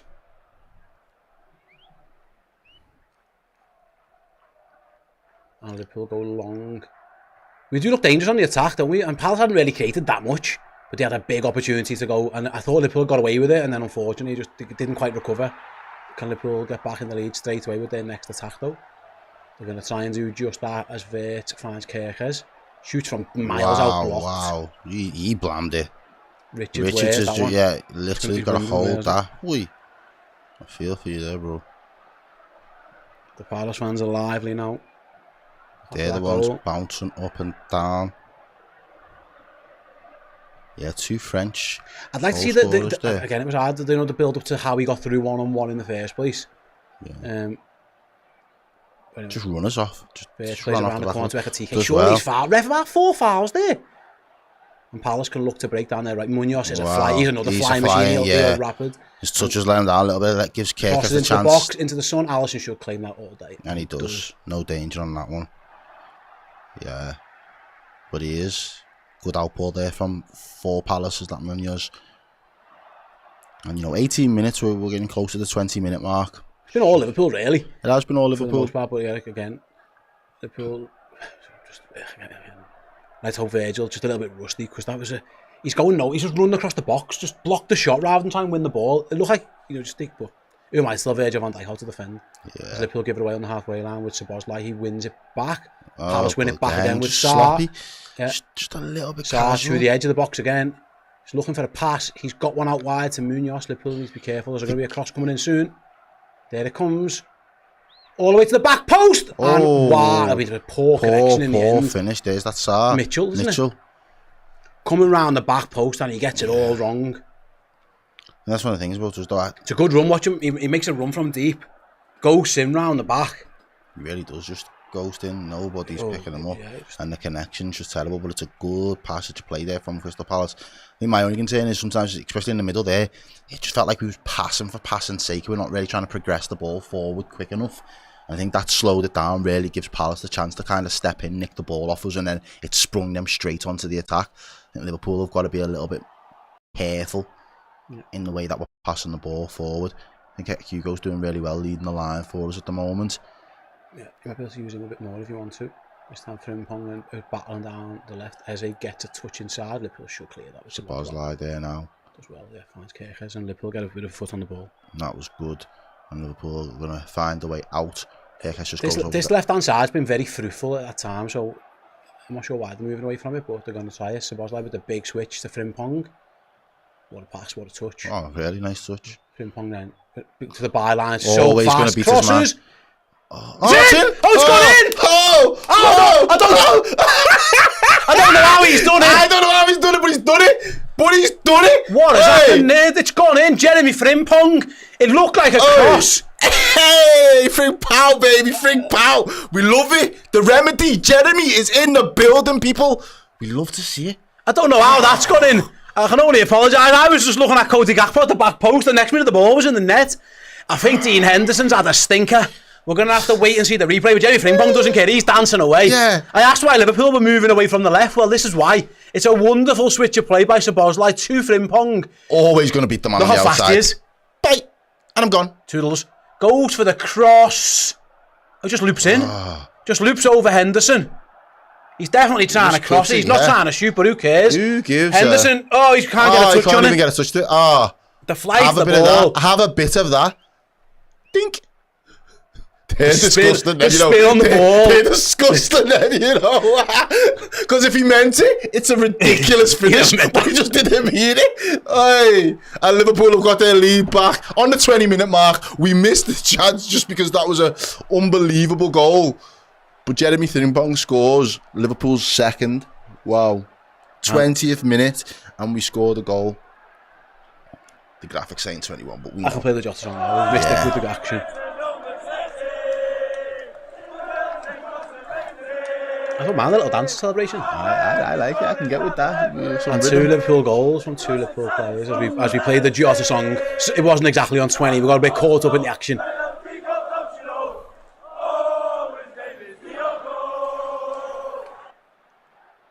As Anfield South comes alive again for Liverpool, as Ibu Konate deals with.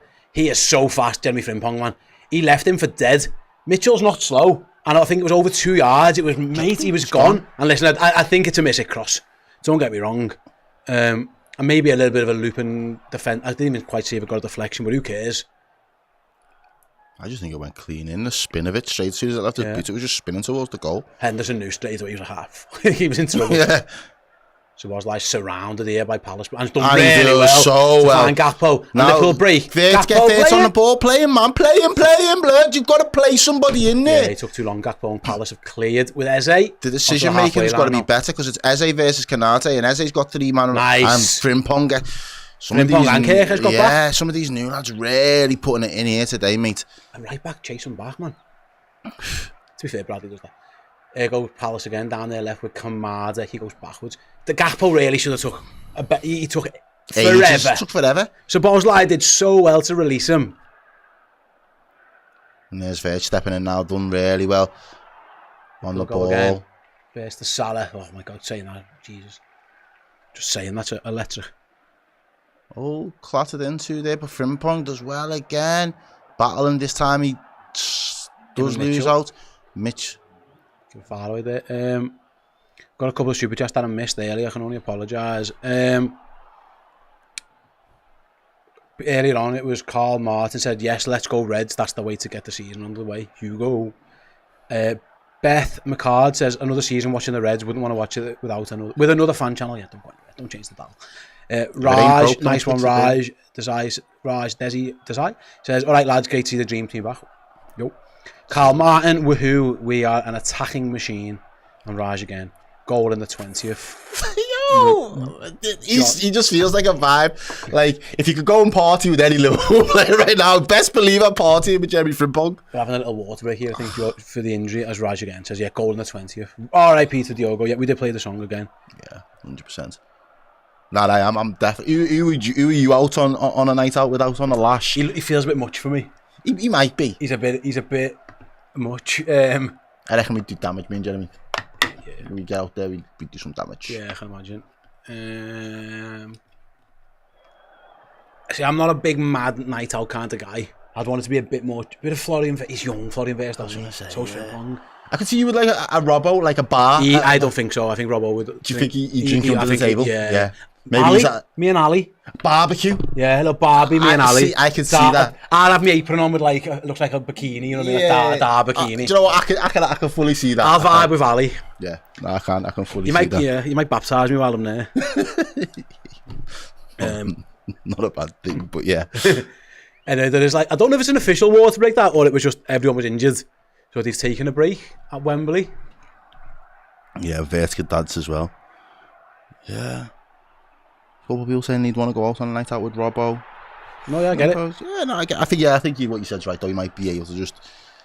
He could down a few. Anyway, we're back underway as Palace go long to Munoz. He's in again. Is it Van Dijk who's coming out? Gakpo's trying to doing get some back. work there. Wharton then dinks it into the box. Not a bad ball. Allison should claim that. Yeah, he does. And is he going to try and spring a counter? I like Wharton, he's a good player. Yeah.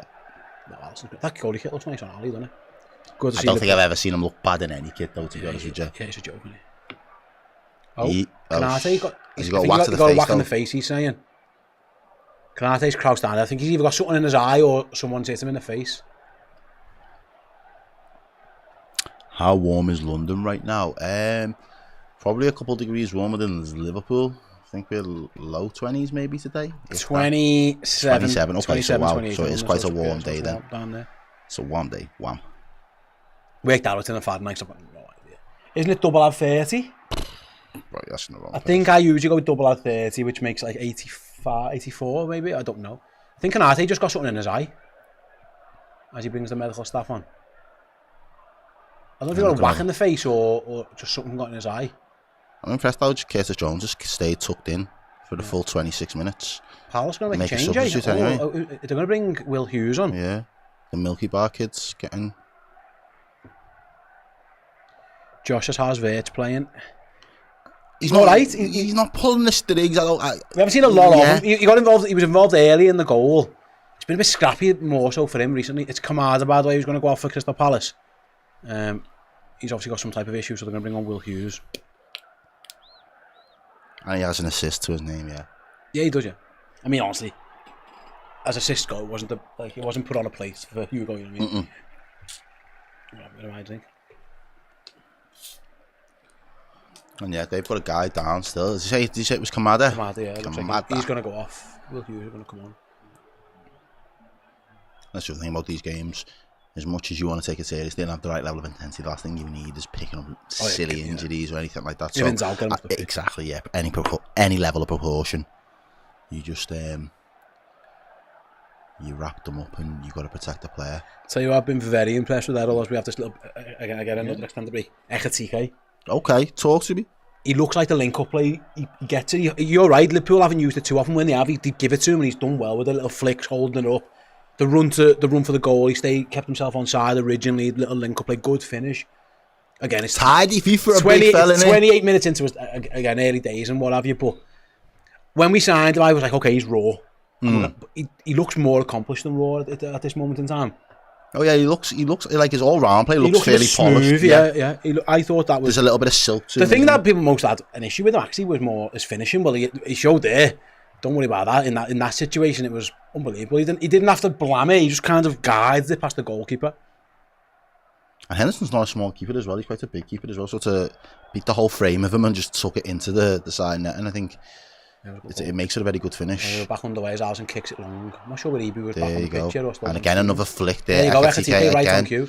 Second flip, just a little bit heavy with the touch, but again the attention is there to try and get somebody close to him, in and around him, play the ball, run off him, get going again, receiving the give and goes.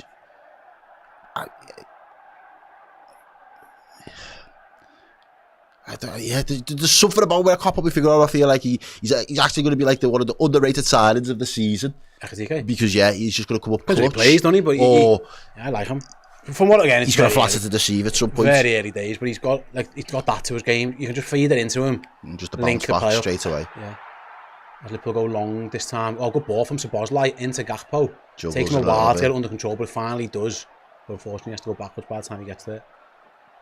Szoboszlai switches, looking for Frimpong. Frimpong keeps it alive for Verts. It's got away from him. And Palace half clear. As far as Kerkers though. I think it's good that. Nice. I think it's good that Szoboszlai and Kerkers are both on that left hand side. They've kind of got that chemistry from and then that understanding. Szoboszlai loves that deeper role, don't he? When he can play those. That was two really excellent passes. It was his pass that led to the second goal as well, of course. I think it's much more suited to his game. I thought we were getting like a number 10. He's not a number 10. He's an 8. He wants to be deep with the game in front of him, where he can either burst into the space or he can use his passing. Frimpong back. Ebu's back on the pitch, by the way. There he is. Goes back to Alisson. And Liverpool can. Half an hour into the game. How's Jones playing again? Tidy midfield. Yeah, just looking after the ball. I'll be honest. I might be wrong. I haven't seen too much of the midfielders on the ball. I've seen more of Szoboszlai than the other two. Yeah. They're just dropping in now, just trying to get involved in the game, just trying to get touches. There he is now, very, very deep, and finds Kerkers. He probably wants to receive it 20-30 yards further up the pitch than that though. Kerkers going to go long again. Send Ekatike to the corner. He'll do well to get that. Big ask. Yeah. That'll do Liverpool. Stays in for a throw in life. Throw into Palace, but it didn't go for a corner. Too much club for that one for Milos Kerkers. Ekatike's quick, but he went that quick. That's Florian Wirtz, number 7. Well, he's got assist on his competitive debut as well. So he had an assist in last game, didn't he? And he scored a few goals in pre-season. The numbers have been there already for Florian Wirtz. Albeit again, I go back to it. It wasn't the best assist you'll ever see. As Liverpool got themselves a throw in. Palace thought it was their ball. Liverpool and the officials seem to disagree.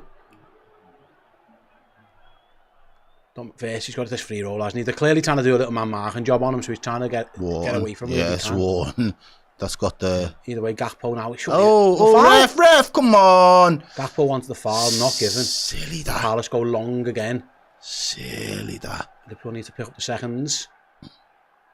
Good skill by Lacroix, but he runs out of play. And Liverpool get the chance to just easy slow it down. Someone asked how Kirkhead is doing again. He's been alright. Nothing to write home about really. He's just been solid. He's done pretty well. Do you know who we haven't mentioned enough of? Mohamed Salah. No, we haven't seen a lot of him, you're right. But again, don't need to. That's the good thing, isn't it? Liverpool scored 2 goals. You haven't really seen an awful lot of the best player. Yeah. Which is probably promising. He'll have a moment at some point. He just is. That's what he does. As Liverpool play around the back. Just gone over the half an hour mark as well, people. Frimpong turns, finds there is Salah, gives it away though. Wins a throw in the end. That'll do. Will Hughes, who came on before for Kamada, concedes the throw in. I'm surprised that Redmen, maybe I'm not fit. That looked a foul on Gakpo early, didn't it? It did.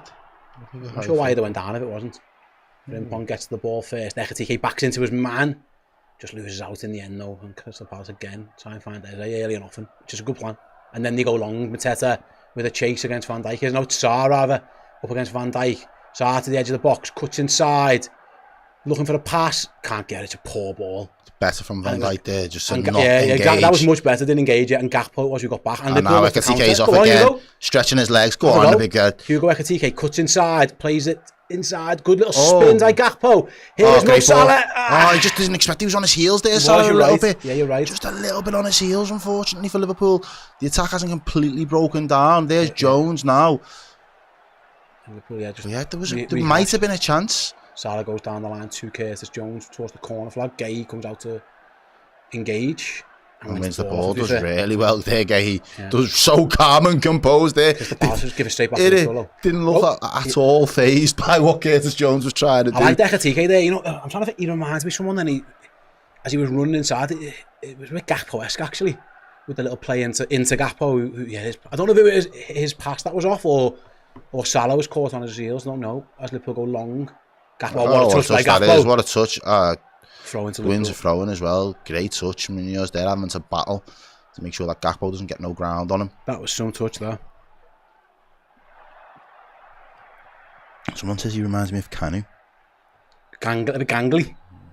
Liverpool got a throw. Has Kirkhead's got a long throw? Or is it just what's going on here? I don't know. Might be trying to tell us something.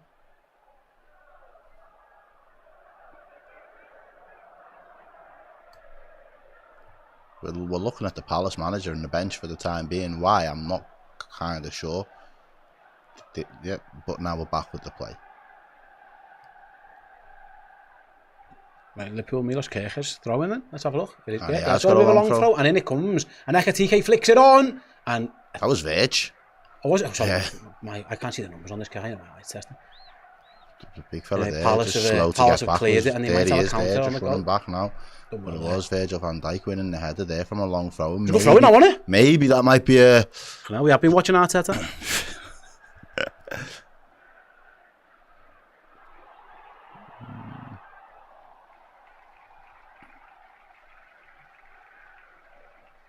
Anyway, 35 minutes gone at Wembley. Liverpool lead 2-1. Ekitike and Frimpong either side of Mateta's penalty equaliser. Palace down the right though have made it all the way to the byline. They're right, Liverpool's left. Ball comes across. Good ball. Canate lets it bounce. Why let that bounce? And in the end, the shot over is miles off. Canate was very much caught in like four different minds. That's criminal. You can't be letting it bounce in the box there. Might have been onside. Was a Verge keeping them on. The only excuse we want to give him, maybe, does he lose it in the sun? Maybe it's very bright, but I think he's being kind, lad. Let's see. I don't know. Maybe I lost it in the sun. I can't even see it there. I I'm being a proper freak here right now. You're being too nice to him. As the ball just disappears right on the screen. But Mateta didn't react as well, which makes me think maybe there was something, because neither the striker or the defender reacted. Went for the ball, yeah.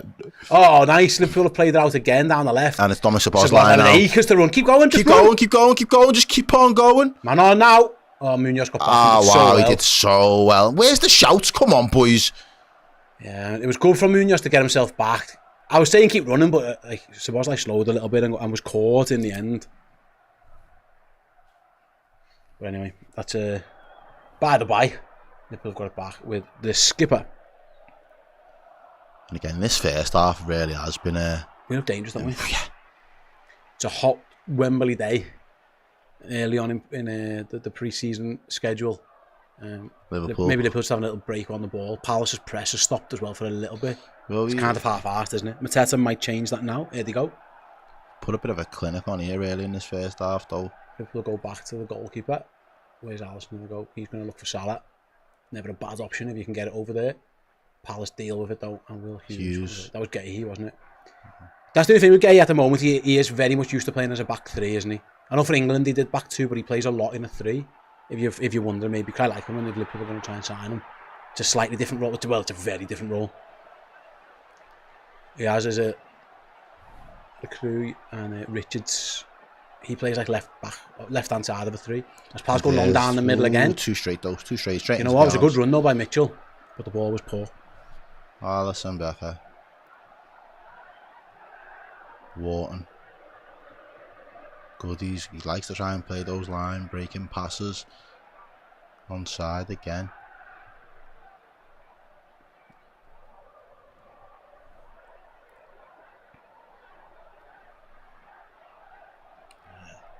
This is only Liverpool a half tilt. We do look very dangerous. We look like a very dominant team. Again, I think Liverpool just slowing the pace down now, which they can do as they're leading the game. Kirkes goes really long. Can he get on the end of it? Gakpo does, again. Does really well. Offside. Couple of good touches from Gakpo down that left though. Seems sharp. Kirkes isn't shy of launching long balls as well. We haven't actually seen much of Kirkes advancing with the ball, have we? Like, he hasn't. That's what he was known to do a lot at Bournemouth. It's been more long passes from him in this first 30 odd minutes. As Palace win a throw in, have they? Outcast says, I'm impressed by Kirkes. He's been fine, he's been good. Right then. I'm sure that's a Palace free kick on the halfway line. Yeah, it is. Very, very very as far left as you can get, really. Palace going to try by the manager's technical area. I'm surprised they played that. I thought they might have tried to go long into the box. They haven't. They played it backwards, and Richards has it over on this other side. Over 3,000 of you watching, wherever you are around the world. Thank you for tuning in. Press that like button, folks. And that as well. Liverpool have started their season here in the Community Shield. 39 minutes played. Liverpool 2, Crystal Palace 1.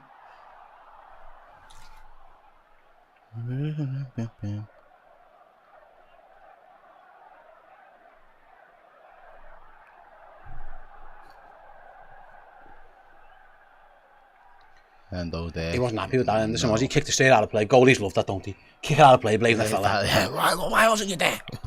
Like what, in the stands? Meant to be on the pitch, lad. Right then, yeah, Liverpool have tried. I think Liverpool have deliberately tried to take the sting out of this in the last few minutes. Really slowed down the pace. They're walking for the ball at the moment as they take set pieces. Just trying to chill it down a little bit.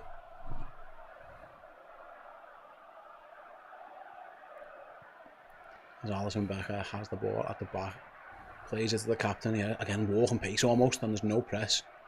Palace might be feeling it a little bit as well. Early days in pre-season, bit of sunshine, don't know.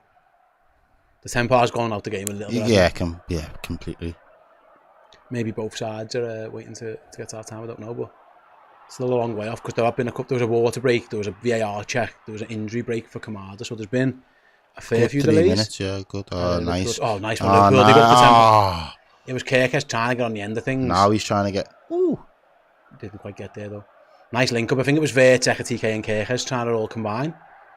It ends with a slightly overhit pass. Kirk has tried to force the pace, didn't quite get there. Palace have tried to take the early goal kick. Van Dijk and Konate between them dealt with that very well. Verts tried to play back to Alisson. Got it. I think he hit it off Virgil, didn't he? Thankfully, Konate smelled the danger. To be fair to Verts, I think he realised himself. And then Ibu just kicks it long. He's going to ask Ekatike to chase it. Henderson comes out, clears. If that falls to a red, it didn't. He could have been lobbed. But it fell to a Palace shirt. And Liverpool have it now with Frimpong. I'd like to see him run with it. Have a little go. No. Okay, fair enough. That was a poor pass. It was. Liverpool get away with that one. I think Liverpool playing for half time, which can be dangerous when you're 5 minutes away from it, at least. Oh, nice little spin from Verts. Oh, lovely. Nice 1-2. Nice from Liverpool with Szoboszlai and Verts. That's when he comes alive, isn't it? Just those little flicks and tricks. And plays it to Ekatike 10. Oh, his little dink back to Verts. Oh, and Richards just about hammers it clear. But again, the intelligence. Verts, he's got, it's a bit, it's the Thiago drop of the shoulder. He's definitely got that where he changes direction so quickly. Gets the ball again, plays it in. Szoboszlai this time just doesn't find the pass to Ekatike. Referee just seems to be getting in people's way. But Mateta's done well. He's going to win a free kick there on the edge. And this time it probably will be it is a yellow card for Ibu Konate. He's a handful, Mateta, isn't he? Yeah. Big guy, big build. Likes to get the ball into his feet. He doesn't mind spinning and running off the back of somebody. Definitely. And it is, definitely yellow card. Konate said he got the ball, he did, but after he taken the player up he as well. tripped Mateta first.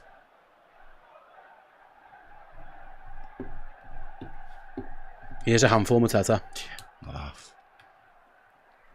And Crystal Palace do have the ball on halfway line. They played the last one short. It looks like they might go long with this one. No, they're not. They're going to play it again. No, they haven't. They haven't quite made the mind up yet. They do go long, him trying to get in behind Jeremy Frimpong. Goalkeeper comes out. It's a poor ball from Palace there. Good comms there. And there Alisson we go. did well. Jones. Carries it towards halfway. Square ball to nobody. Yeah. It's a poor pass from Curtis, but Milos Kerkez gets on the end of it. So all's well that ends well.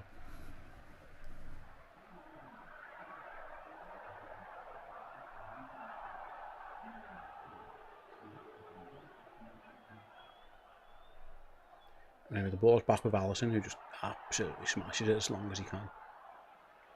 And I think Salah was offside as the ball came up. Yeah. Poor from him. Shouldn't be.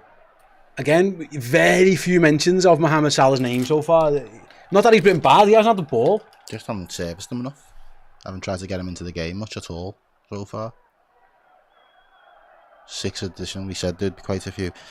Which feels a little bit strange, but maybe... VAR check, that water break. Yeah.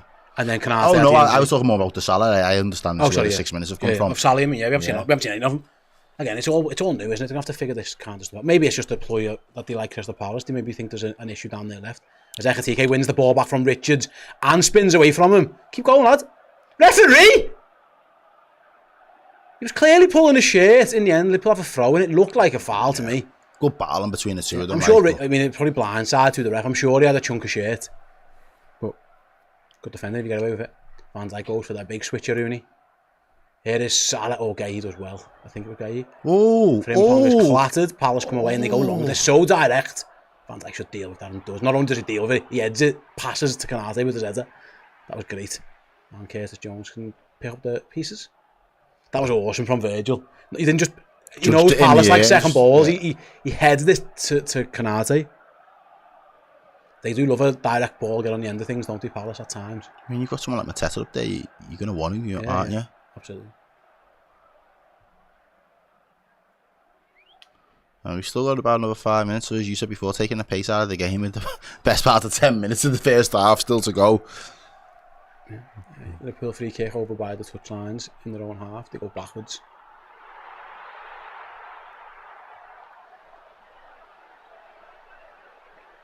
Yeah, Keane says Salah's only touched the ball 6 times. Yeah, we haven't seen all the stuff, Mo Salah. And I go back to Liverpool, have attacked quite well without him, which is a bonus because if you can get him involved, as Alisson plays a ball out, flips it out, yeah, because where's he going to go? Back to this keeper. He can use Frimpong if he wants to, but he wants to go long through the middle to nobody. Oh, Palace are messing about with it though, and Ekatike's trying to win it. He has probably committed the foul. He has. I don't mind that. Give it away. If you're going to give it away, give it away. I don't mind it.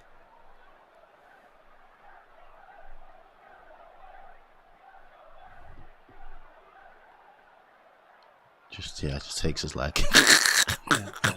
I don't mind it, you know. Give it, do it. If you're going to do it there. Yeah. Palace go long again. Oh, it's in again. Dangerous chance for Liverpool. Done that a few times. Munoz is in down the right. Ball comes across. Bypasses everybody.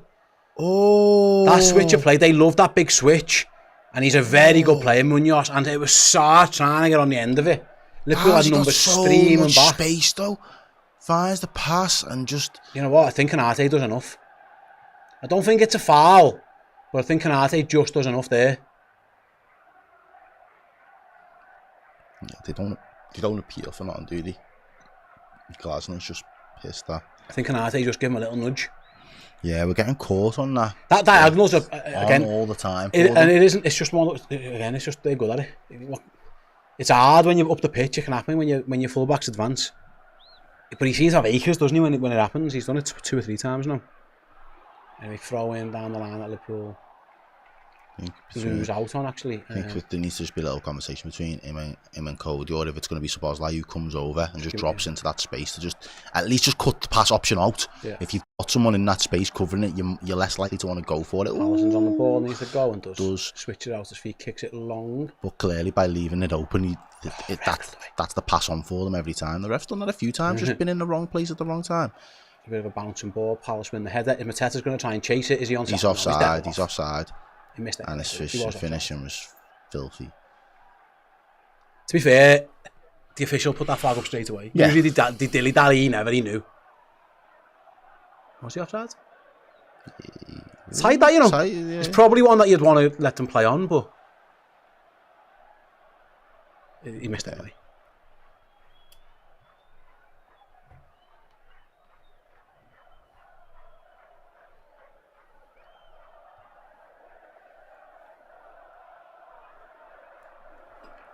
What I would say if I'm Alisson, right, I'm kicking long. It's a good point from I think it's Adam. Says, oh, go on. Ekitike on the edge of the box.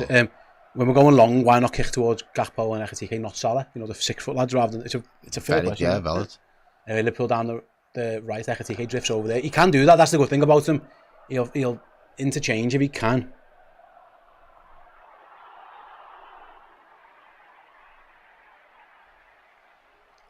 Someone's asking me, did Verts get booked? I didn't see that. Maybe.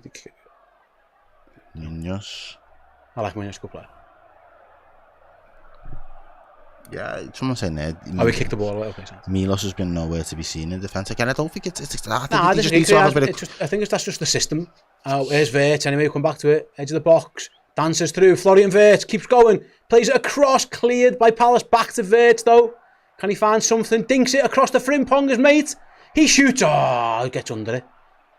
And it goes high into the stands at Wembley. Some nice little bits of a link up from Florian Verts though there.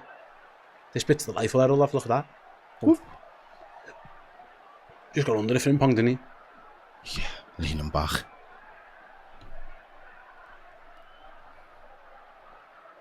Mo Salah there, yeah.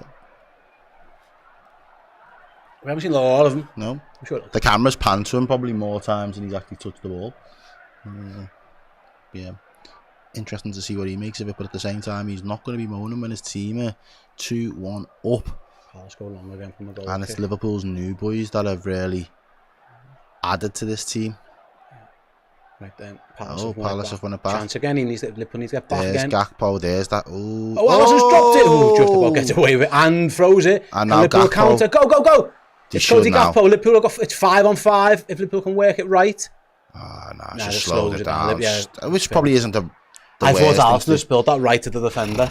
Luckily, and Liverpool, yeah, you're right, just taking the pace out a little bit.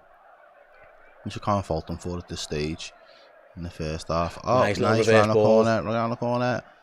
There he is, Jones. Salah's there. Frimpong was nice from Salah, wasn't it? Frimpong goes back though, to Curtis.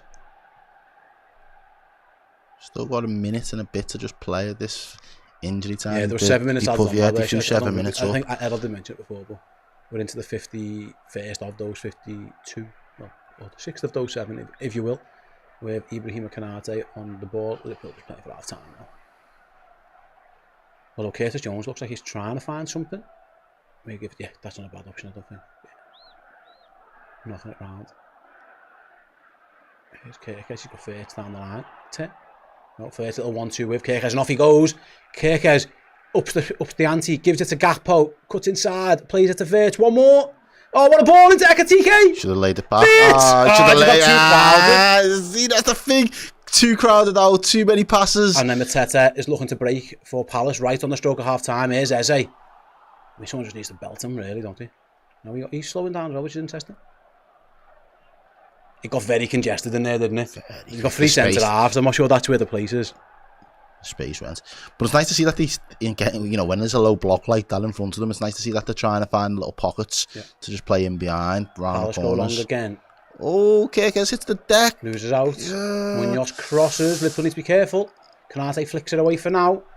Referee can blow your whistle. Your whistle. We played those 57. We have played those 7 minutes. Blow your whistle. He's going to play on. It's Will Hughes, edge of the box. Last Palace chance of the half. Munoz again with the cross. It's gone over everyone. All over everyone. That should be that. And that'll be the half. Right then, half-time whistle goes at Wembley. Liverpool leads in the Community Shield by 2-1.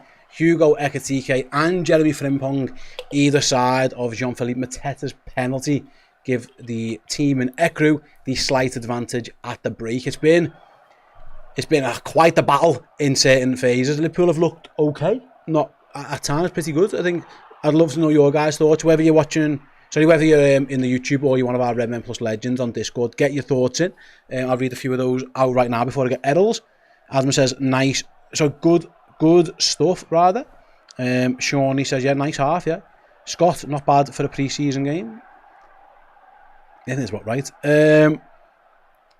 Who else do we have in here? Kristofsky says, a good workout so far. Entertaining, says Eddie, yeah.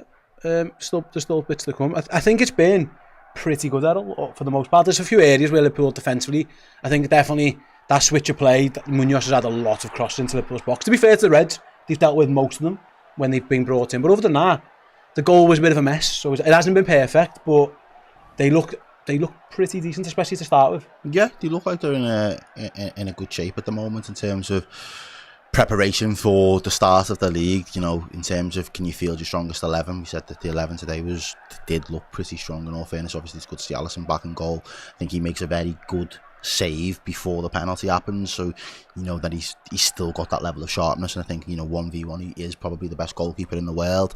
I think if you look at it, the defenders, I think full-backs going forward at times have been good. The desire to get up there, I think Jeremy Frimpong's had a couple of mistakes, but then the willingness to get that recovery, the recovery pace that he's got is going to be really important for us going forward. I think defensively, in terms of your centre-backs as well, few sloppy moments, but again, I don't mind letting them get those sloppy moments out of the system nice and early. I think the Van Dijk situation for the penalty was just a little bit lazy from him. Yeah, he normally does better in those situations. So again, who are we to really tell him how to defend? But you can look at it and say, yeah, we can be a little bit critical of just lunging in there. It's not really his game, and he kind of gets drawn into making the tackle. And then, of course, that midfield three, thinking how well they're going to be able to wear together. I think Dominic Szoboszlai's probably been the standout player in that midfield three for me, in terms of, the big spray and pass that he puts out there for Frimpong. Obviously, just some of the way that he's been breaking it up end-to-end as well, box-to-box type of role that he's been expecting to do. And then, of course, the forwards. I think Gakpo's had a couple of nice touches, but I think Ekatike's been the one that's really stood out for me in terms of the way, definitely the way that he took his goal, but his willingness to just drop in, link up the play sometimes as well. He's got the ability to kind of put a little bit of afterburners on for a big fella as well and try and stretch his legs. And I think once he gets up to full speed, he does look like a very tricky customer to stop. I think he'll be very happy that he's opened his account in the Liverpool shirt as well. Good goal, he took it well, he took it like he's got a lot of confidence at the minute, and you just want to kind of see them build from it now. So 2-1, I think we probably deserve to go in ahead. As I say, the penalty was a good finish, but outside of that, I don't really think, apart from that outball that they've got, which that Munoz over on their right from their full-back position, they haven't really. Eze's been a little bit quiet as well, and he's usually their go-to guy. Mitchell maybe could have done better with one of the finishes or attacking the box, but outside of that, I think Liverpool have really dominated the ball, and at times no one to up the intensity and drop it back down, and that's just played into our hands really to be able to control the game, because Palace don't know whether to stick or twist. Yeah, Palace's game plan is draw Liverpool on, hit them on the break, and the long ball has been effective at times. Liverpool have done okay, but 1 or 2 occasions they haven't. It's been a very interesting first half. Let me know, guys, right now, again, Discord, YouTube, who's been the standout player for you so far in that first 45 minutes? Errol mentioned there, Ekatike, Frimpong, Szoboszlai, I think, had a pretty decent game as well. We haven't seen a lot of Salah, which we haven't seen too much, actually. Florian Wirtz looked good when he's had it. We haven't seen loads of him. So yeah, let me know your guys' thoughts. Who's been Liverpool's best player? Daniel, or standout player. Daniel says Ekatike. Ekateke. We love to see it, lads. Ekoteko. Outcast says Wirtz.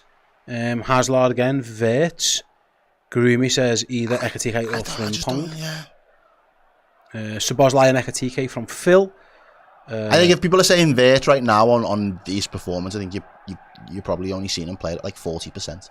Like genuinely probably only seen him play at about 40% because I expect a lot more from him. At some point I expect that he'll come into his own and he'll start running games for Liverpool in the way that we've seen other creative players for us down the years. But no, I think he's been neat and tidy is probably the way that I would explain his performance so far. I've liked Frimpong as well. We've got a message here from Viz Pop who says Frimpong is quality. How quick is he? Yeah, he's rapid. We've seen both. We've seen again. Listen, he gets a bit of fortune with the goal, but also it's his pace that gets him free. And then secondly, he has a little bit of a mishap at the back, and his pace gets him out of it. That one where he gets the ball ahead of Kamada. The recovery pace is electric from him. I've been really impressed. But if you don't get a ticket, you don't win the raffle. Yeah, listen, he's trying to cross the ball to the back post. Listen, it is what he made the chance himself with his pace. By the way, at the end of every game this season on the Watchalong, we will be voting on our Oosh Man of the Match. So at first, if I was voting right now, I think I'd just edge towards Frimpong. Oh, but I've liked Ekatike. They're me. I mean, both goal scorers. They're me too. I've really enjoyed. It's just because I've seen Frimpong do a little bit more defensively as well, which obviously Ekatike doesn't have to do. Okay. But I think I'd just slightly lean Frimpong. I'm guessing you'd go Ekatike. I would have went Ekatike. Yeah, I think it's completely valid. Yeah. I think he's been the option in that forward line for us. I really do. But no, I take Frimpong as well. I'm happy with either or. But again, it's not me or Steve that gets to decide. It will be you guys. Everyone, we'll do it as a collective. We'll all do it together at the end of the game. By the way, there's our QR code right there. Or the link in the description. While it's half time, if you go and click on that link right now, enter your details for free. And you might win a car. Not just any car. No, bro. You're undersell. Start again. An Audi RS6 launch edition. Joe, can you bring my screen up? It's a joke of a vehicle. This year. Look at that. If you want estate settings. I've been in this car, by the way. We had it at the studio the other day. I know. It's outrageous. The sunroof's that big that me and Chris Pajak fitted out of it at one point. And I'm not the smallest guy in the world. I'd have had to test drive it. I'm sorry. Yeah, I don't think we was allowed. I don't think we were allowed in it. I'd been like, any chance I could just run to the shop? Yeah, it's. I'm not a car guy. I know, but even if you're not a car guy, you can appreciate. Yeah. So yeah, click the link in the description. Our partners at Oosh. All this season, going to be giving you guys some amazing prizes. There's literally a Liverpool supporter right now in that stadium because of Oosh. Oosh.co.uk. Oosh boxed them. Off. And if you want to get boxed off all season, make sure you sign up. It's as simple as that. Yeah. What's faster, Jeremy Frimpong or an RS6? Off the mark, you know. We're looking at the penalty incident there, by the way. I think it's really poor from Virgil. That's a nothing challenge, really. He knows. He says he gets the ball. I just don't think he does. I think he gets over the top of the ball ever so slightly with his studs, but then clearly hits the man. I love Alisson, right? But he's not the... I don't think he's an amazing penalty saver, Ali. But anyway, that's fine. He went the wrong way, it is what it is. Was who's absolutely fine. Liverpool are 2-1 up. I think maybe it's the psycho. I think he's too much straight-laced. And he's like, right, you have a penalty. I'm not going to distract you. You take your shot and I'll try and save it. Whereas you see other penalty keepers that are good are the ones that get into your head. The Martinez's, the Keller.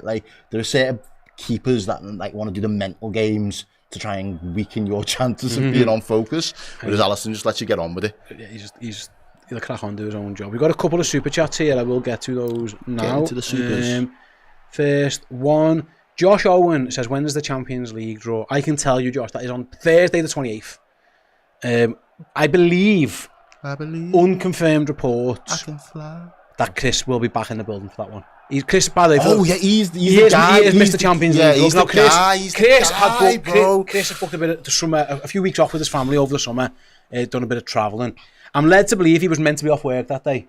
but he's changed his plan slightly, and I think Mr. Champions League draw will We'll be in the house building. for that. I can't confirm for 100%, but that is the plan, provided all the flights and travel that crazy miles away goes well. MMA Lover 150. Slot has to tell Kirkes to stay back a bit. Munoz has had so much space down that side. I'm fine with TK being our main 9 this year. Buying 2 centre-backs over Isak is better for the team. Okay, so first part, I think where that isn't Kirkes' fault. Liverpool needs to stop losing the ball there, because he has to be up, he has to be up with attack. Okay, that's just the way it goes. And he, by the way, have a look where Munoz. He's miles over there. It'd be almost impossible. You'd be so far out the game. But I see your point a little bit. XTK 9, I like him. Buying 2 centre-backs over Isak is better for the team. Yeah, but that's boring, isn't it? Yeah. I want fireworks up top, bro. Can we not one of each? I'll split. If you give me, I'll split the baby. If you give me a Gay and an Isak, I'll bite your hand off that. Yeah, right here, right now. That'll do us. There's the young lads from Parma being linked as well. But I'll be alright with it. I think I just imagine that adding Alexander Isak into the mix could be outrageous. Liverpool won the league last year, I think, mainly because how good their front 5 options were, and they were able to rotate through them. And I think that's the best. That is the strength of this team. And I think I would try and double down on that one. Right then, there is 4 minutes 50 to go until the start of the second half. So me and Errol are going to go and take a nice quick break, during which, like I say, go to the link, go and enter into the competition. It's completely free, it won't cost you a penny. Also, if you'd like to make any subs at half time, let us know, would you do that? And if so, who would you be changing, who's going off and who's coming on? Me and Errol will be back with the second half in about 2 minutes. See you there. We've uncovered a host of Liverpool legends that we believe are owed medals from seasons in the past. It startled me, some of the people we're discussing here, because you just don't expect it. Jan Molby, what a pass for the football. He made the game look easy. Couldn't bring into the team, he was one of the best teams the club's ever had. Going back to the group I was with, Sammy Lee was the one who made it into the first team, but he had to get ahead of Jimmy Case. Sammy just was so in the infancy of his career. Although it was frustrating, I knew even when the time come, then I'd be ready. Phil Neal, the most decorated Liverpool player of all time. Dad liked him and Liverpool signed him. The chief scout, he said to me, I went home and told Bob Paisley, go and buy him now. I don't think anyone can speak about David Fairclough without saying super sub. Part of the conversation I had with Bob Paisley while I was away seemed to intimate that perhaps they were tiring a little bit of me. Gary Gillespie was huge. Tasked with the job of breaking up Adam Hansen and Mark Lawrenson. Ronnie Rocket. He just took the league by storm. No one was going to knock him off the ball. Battering ram who could go through defenders. Now it's about getting the Liverpool legends. You've just heard all about the medals. They were never officially awarded.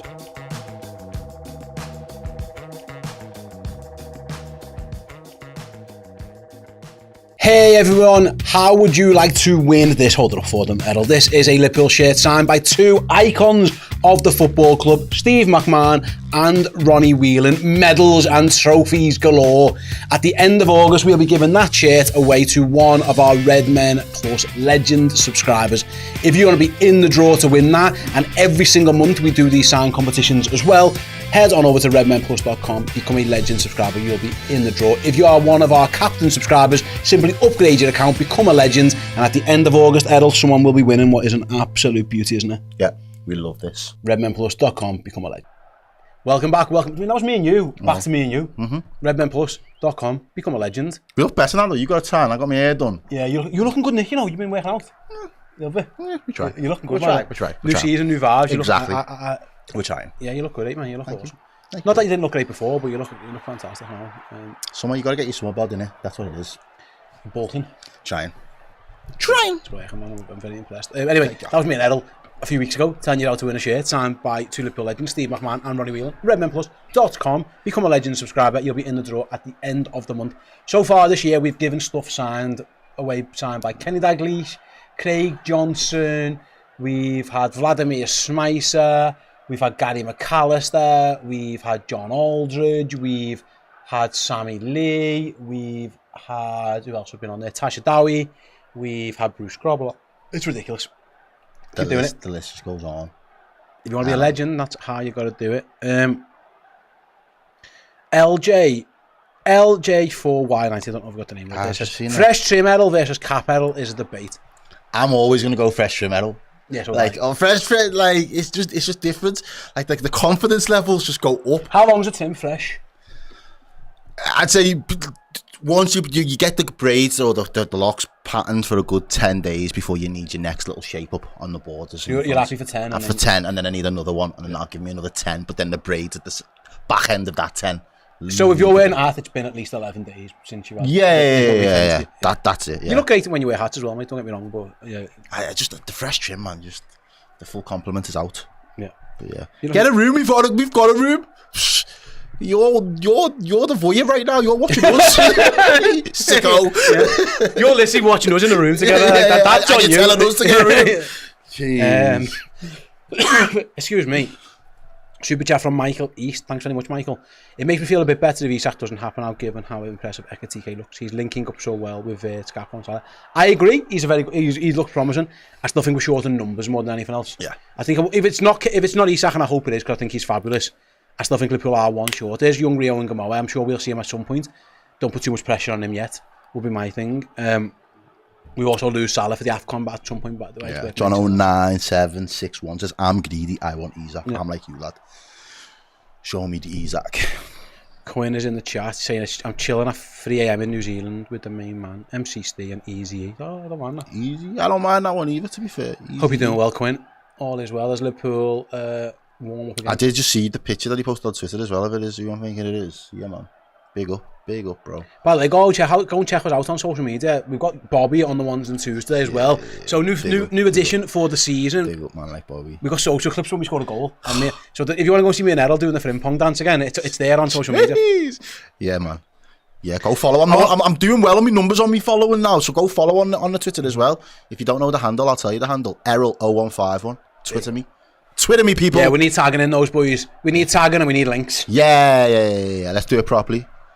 Yeah. We're in, as the Wembley Arch will hopefully be lit up in red this evening, because Liverpool are holding onto a 2-1 lead going into the second half. The players have taken to the pitch. The camera is doing some overviews, bird's eye views of the ground as people are trying. Need to get back to the seats. Right then, we've got 3,000 people watching, 1,400 likes. Thank you very much. If you're liking this stream, please do subscribe to the YouTube channel. Please do press the like button as well. It really does help us out.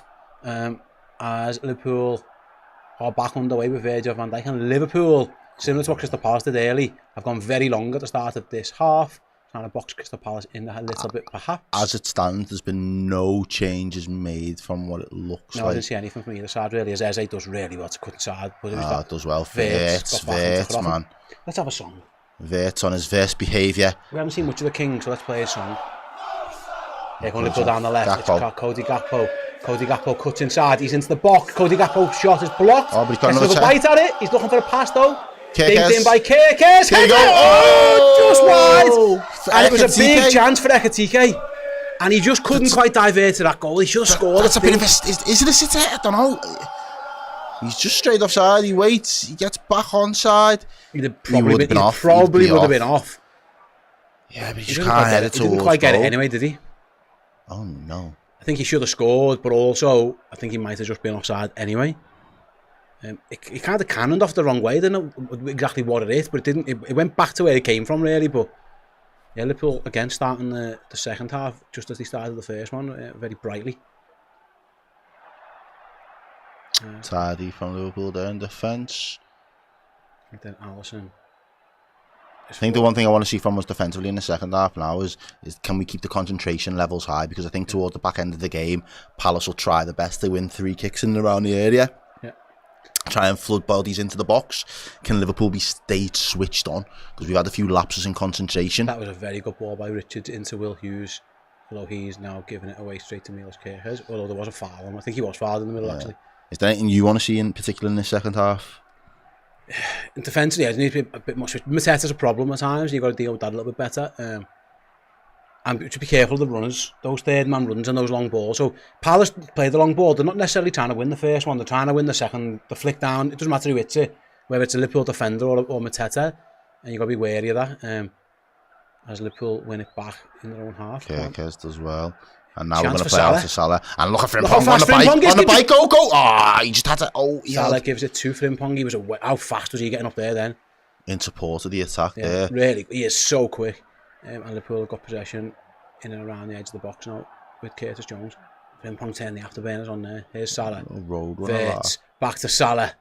Salah keeps it in at the byline and wins Liverpool a corner. Don't mind it, don't mind it, don't mind it. I thought he'd lost that, to be fair. He done well to win the corner in the end. We haven't seen too much we of need Salah. to get him involved now. Get him into the game. Salah o'clock. He was so fast. And Frimpong, he both a good to try and support Mo Salah. I actually don't think Salah played the right ball. No, he didn't. And he had to slow down to stay on side because he was just gone. We've got some height and presence. I would like to see us attack these corners a little bit better this season. Yeah, well, we're about to, you know. And if Florian Wirtz is going to take flow. One arm goes up in the air from Florian Wirtz. Corner comes in. And it's attacked. Headed away by Richards and by Hughes. And Eze's going to look to counter. He's played it long. I mean, someone from Palace has just fell over. I don't know how he ended up on the floor. Yeah, he just got into a bit of a tussle with Dominic. Was his leg gone? What's happened to him? Yes. Is he okay? That's one way to stop him getting all that space and time out there on that right-hand side. Was it a foul or did he just go? I think it was just a coming together, potentially off the ball. Let's see. Around the corner, yeah. It's the ref. Yeah, it's the bloody ref. He ran into the ref. How many times have I said in this game he's been in the wrong place at the wrong time, though? And Munoz, yeah, he looks injured. He looks like he's hurt himself. He ran into the ref. Yeah, maybe the refs need to work on their fitness guy. He's been a bit sluggish. He's a liability, this referee. The ref tripped him, yeah, man. I think he ran into the ref more than the ref ran into the ref was doing his job at that time. Look, the ref's just running backwards. He's looking on the ball, yeah. Yeah, that's not his fault. That's the defender's fault. He just runs into him. I take it back. I take it back. Funny though. I hope he's all right. Anyway, we start again with Liverpool bounce ball. I'm going to give it back to. We're going to give it back to Palace. That's for nice what of us. reason? You know, yeah. It's a friendly after all. Still 2-1 to Liverpool then. As Palace have the ball in their right back area. Richards goes. There goes their big direct ball again from Mateta to try and get on the end of, but easy. Ooh, Alisson, Way too much on that. Yes, sir. Liverpool might have the advantage here of the sunshine because the Ensigns had to put his hat on. Liverpool's end is in the shade. Alisson's sound. Keepers in hats. I think at some point it's very, very bright down that end of Wembley. As Liverpool are getting pressed by Crystal Palace, so the Reds go back to the goalie. Will Hughes is going to put him under. Alisson just France kick is nice, and now Liverpool go longish, convert, control it. He does well, and he's getting ref. Thank you. Done well there, didn't he? It was a bit of a bouncing ball towards him. Free kick to Liverpool.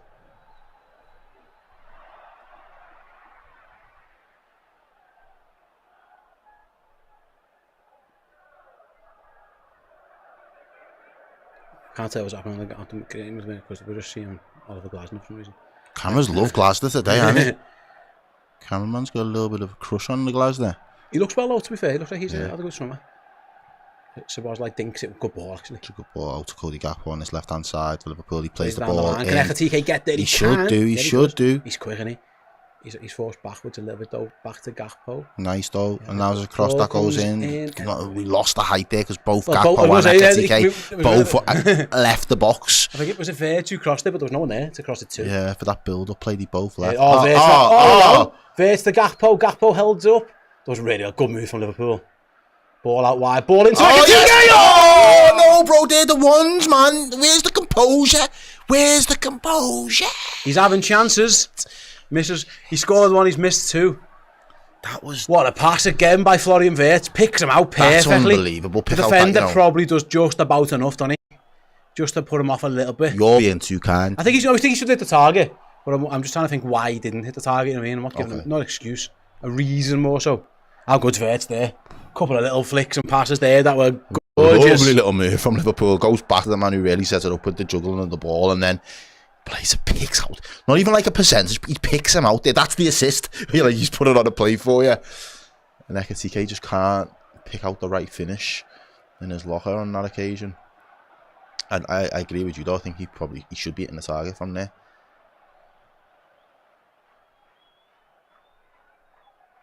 And people who had reservations about whether Frimpong could play in a flat back four, as a right back. I think he's been fine. In all the games I've seen of him so far, he's been fine. Christoph, so we've signed some gems. Yeah, we have. I don't think that's a sit there, to be honest. I think the header was a bad one. I think he might have just got away with it because he was offside. That's when you swing a leg at and you hope it goes in more, isn't it? Oh, careful. Nice touch from Ibu Konate. Oh, lovely. Pass wasn't as good. Liverpool playing 1-2s with the centre half there. Konate goes down, he's lost out. He needs to get back. Get back, boys. We're all over the shop here now. And there's that space again, but Cody Gakpo's first to it this time does really well. To the ball, yeah, does really well. Sard as well. Does Sard as well. Brilliant from Cody Gakpo. Silky.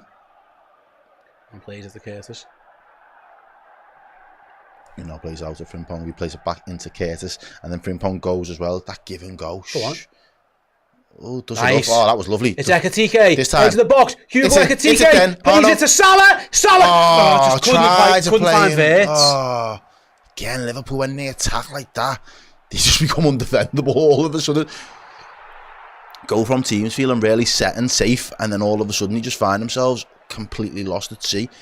Can't pick up these Liverpool players. That's brilliant. The little link-up play, the little flicks. I've been impressed. I think Salah should have shot. I think he should have. He's done that a few times. I've seen already in pre-season where he looks like he is the last pass and he still tries to find that one more in the middle. Not always on. The Gakpo Ekatike link-up was nice.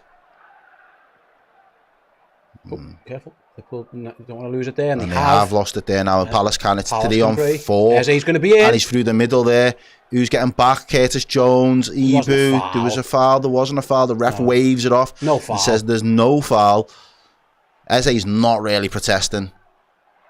Glasner's didn't really protest though. You can't give the ball away there in transition, man. You've got to be so careful. In the end, I think Liverpool just about defended it well enough. And they're going to break themselves with Szoboszlai. He's got poor ball though. Really bad. It's just sloppy, just lazy. Frimpong might win it back though. No, he's going to give away a foul. Yeah, just a lazy pass. I think is it Curtis Jones who gets back? Yeah, it was. He's already going down. No one engages the tackle. Between Jones and Konate there, they did really well. Jones read that situation perfectly, to be fair to him. He is playing like a DM today and he had to do a little bit of DM work there. He did well. He read the danger and got back. 54 minutes play, Liverpool are still 2-1 up. I've got the ball here now with Florian. Around the corner from Liverpool, good. It's Szoboszlai. Plays it back. He's going to shoot. Blocked again. It was Gakpo. Couldn't get past the. I think it was where he was again. Crowded. Yeah, he's come on and played well so far for Palace. He just does his job. He's steady and he's steady, Eddie lad. Very defensive minded. Does get on with it. Kicks people. Gets annoying things. Some nice link-up play for Liverpool there though. Again, the left-hand side, that chemistry looks very impressive already, and it's only, you'd like to think, gets stronger as the course of the season goes on. But it's a poor pass there from He's done that a few times. Richards passing has been great. Let's have Richards, a 26.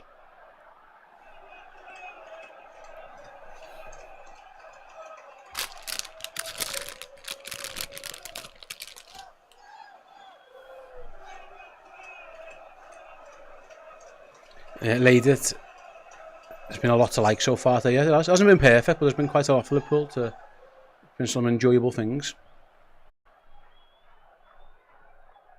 Liverpool have a throw. I'm taking a while to take it. Oh, geez, what was that? That was interesting from, I think it was Florian Verts. He kicked it straight up in the air. Bouncing ball. Come on, someone needs to get up the foot on it. Curtis Jones. Ooh, just about gets away with it. Van Dijk back to Alisson and clears. That was a mad couple of moments for Liverpool there. Ekatike battling, loses out. Good from Palace. Really good from Eze. Wins them a free kick in the end. Verts wasn't happy with that decision, but... And he played it. They're not wasting no time. He just carried on. The ref says, yeah, play on again. Right-hand side. Give him more of an advantage. Munoz is going to play the advantage because there should have been another foul there. Wharton crosses. Oh, it's not a bad ball. Mitchell just, he's not going to be able to reel that in. Doesn't let it go out of play though. He keeps the ball alive. Hughes there. Okay, back to he's really There's probably going to be a cross coming in at some point. Here it comes. And it goes from Gay. It's flicked on and there's a goal. No, it's missed. I think he might have been offside anyway. It was Ismail Assar. Sneaking round the back. It was very close. Errol thought it was in. I think I did as well. Surely he'd have been offside. Gay delivers a peach of a He ball. must have been offside. Yeah, he was. That with that flick on his. He'd have been offside anyway. Van Dijk knew. Good ball from Gay. It's a little bit flat, but it just does the job. Mateta does everything he can to try to knock it on towards goal, and at the back post there, you've got Sada. Just doesn't get the right level of connection. But, yeah, he would have been, but good attack there from Crystal Palace. Fair play to them, because that was dangerous. Kept the ball alive on that right-hand side when he got given the advantage. Whipped it in. I think Mitchell does well to keep it alive. Recycles it. Yeah. Right then, Liverpool go long. Lose out. Lots of bouncing balls. Yeah, Liverpool probably could do getting the foot on the ball. Didn't panic. There you go. That was nice. That's better. Curtis Jones. Be careful there. Curtis Jones. Vert wins it. Plays an Ekatike. He does back well. to Vert. Back to Gakpo. Just couldn't reel it in. And Palace clear with the bit of a flat one now. They do well to get away. Mateta again. He's good at that kind of stuff. Yeah, he's like a magnet with the ball, bro. And Palace are back in possession. And there they go again. Yeah, Palace ain't ramping. Palace are not ramping right now. They go long again. Again winning those headers. Virgil van Dijk wins his, plays a forward. That was on Virgil. Like he just headed that to. He had more time than he thought, maybe. And Palace have it back again. When Devana starts thinking of his bench soon. Well, we're approaching the hour mark. Oh, Palace could be in again here with Mateta. Alisson does really well. He judged that one. He got that one absolutely spot on, because that third man run it can be difficult. Liverpool needs to. And now Palace are getting bodies in the box, but Liverpool cut out the cross, and it's going to be a corner. Palace have had a good few minutes here. Yeah, they've got a little bit of belief. The game, we haven't killed the game off in the second half. We played 15 minutes and we're yet to really kill it off. We've had a couple of chances. Maybe Ekatike could have done a little bit better. But they look dangerous when they cross, don't they? Yeah, it's allowed Palace to stay in the game, and now they feel like they've got something to fight for. Mateta's there throwing his arms up, trying to get the crowd G'd up for it, playing in front of their fans as well. They're shooting in front of them at the moment. Big couple of minutes here for Liverpool now. Can we just weather this little bit of Palace pressure? Corner for Crystal Palace then. Ekatike near post. You've got Van Dijk, Kanate, Szoboszlai, Jones, Vert, Gakpo, all in there as the cross comes in. And it still ends up at a Palace Liverpool head. Clear only as far as the edge of the box. The shot is blocked. Be another corner. There's a shot from Frimpong blocked. And Mateta's back at it again. This guy. He loves that, doesn't he? Yeah. One of them players you could probably never going to love him when he's not playing for us, but if he played for you, you'd probably absolutely love all of that. It's Wharton that goes over to take the corner. They've had 3 corners to our 1. Haven't had that many chances.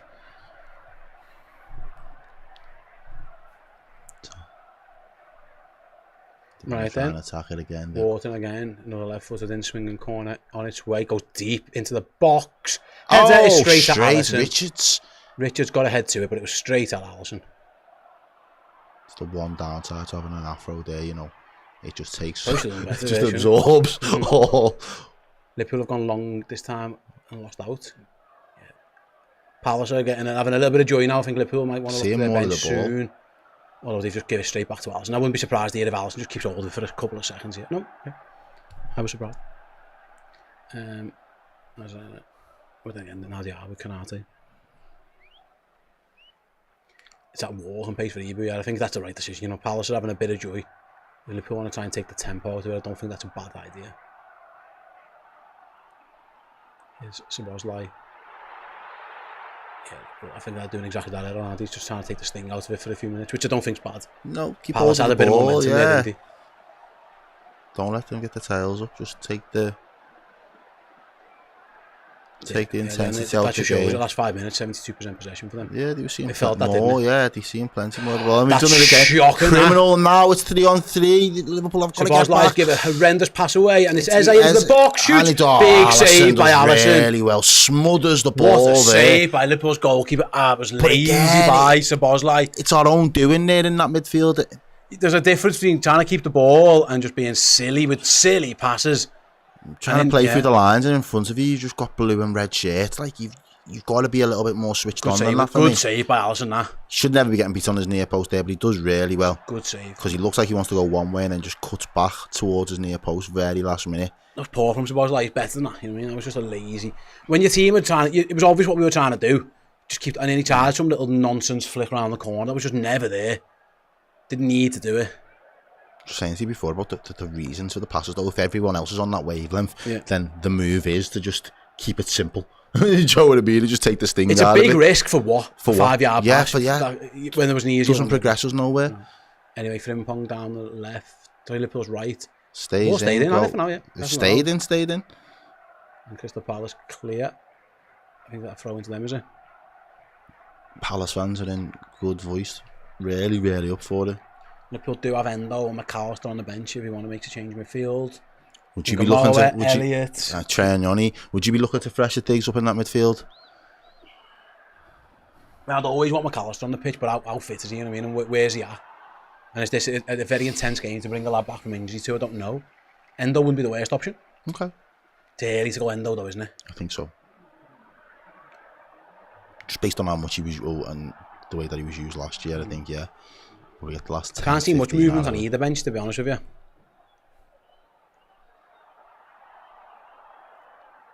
Yeah, let's have a little song, because the Palace fans are singing their songs. Yeah, you could just be singing ours.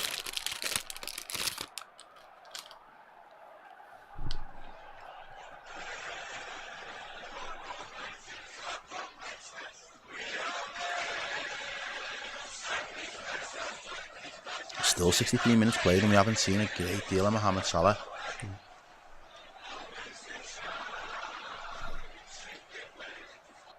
Palace advance again down. Oh, be careful. Nice. Liverpool with Van Dijk should clear. Sort of. Palace are battling though, to be fair to Gakpo. Palace are getting stronger the more the game goes on. They're winning a lot of these little challenges, aren't they? And they're going to get the throw in as well. How was that their throw? I haven't got a jar of glue. What happened there? Lino just done us dirty. But yeah, it just feels as though Palace are not only growing in confidence, but they're getting a little bit stronger into this game as well. Maybe tiredness might be creeping into some of our legs, but they seem to be a little bit fresher at the moment. There's Eze just running off the back of Salah now. He's gone with the ball. Salah tried to get back with him as much as he could. I'm guessing there's going to be a cross coming in soon. There's Eze. And Alisson just, yeah. It's mad considering how little of a pre-season he's had. He's just come back sharp as anything. And he finds Florian Wirtz straight away. He runs into the middle of the pitch. Surely fouled. Ref? No foul? No foul. That was just weak. What are we doing here? That's a poor foul as well, yeah. Alisson. There's no reason for Wirtz to stop there. It's not a foul. Up, but at the same time, lad, you've got to play to the whistle. So this ain't the Bundesliga, bro. The refs over here are shit. Don't rely on them for anything. Here's one for you. I don't know. I haven't checked it. I'll just read anything out on the internet. Quadbod says Curtis Jones 100% possession retained, 100% pass completion. How's he get the ball away? Interesting. That is not bad, man. Alexis is getting ready. Yeah, they're getting sent to have a little warm-ups now.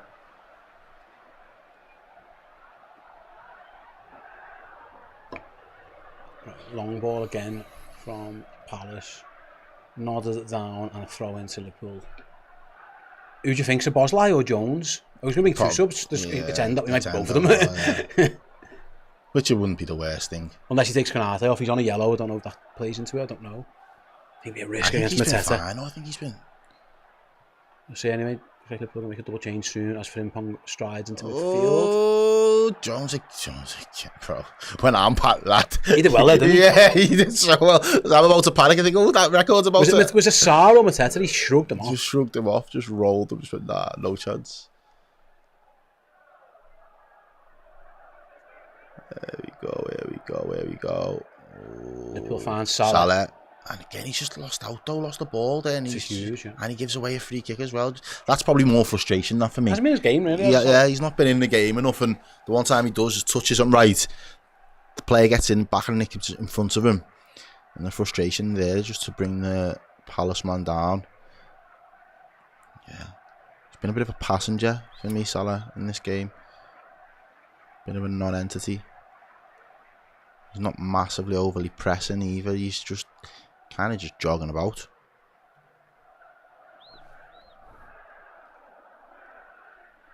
Richards just plays the ball in there. Right, then Liverpool still leading 2-1. No goals 67 so far in the minutes second half. in the game as Eze takes the ball over the halfway line for Crystal Palace. Looking for a runner or a pass. He's found one in Mitchell. Back to Eze. He's dangerous in those areas, although he's passed it on. Little switch by Crystal Palace to Richards.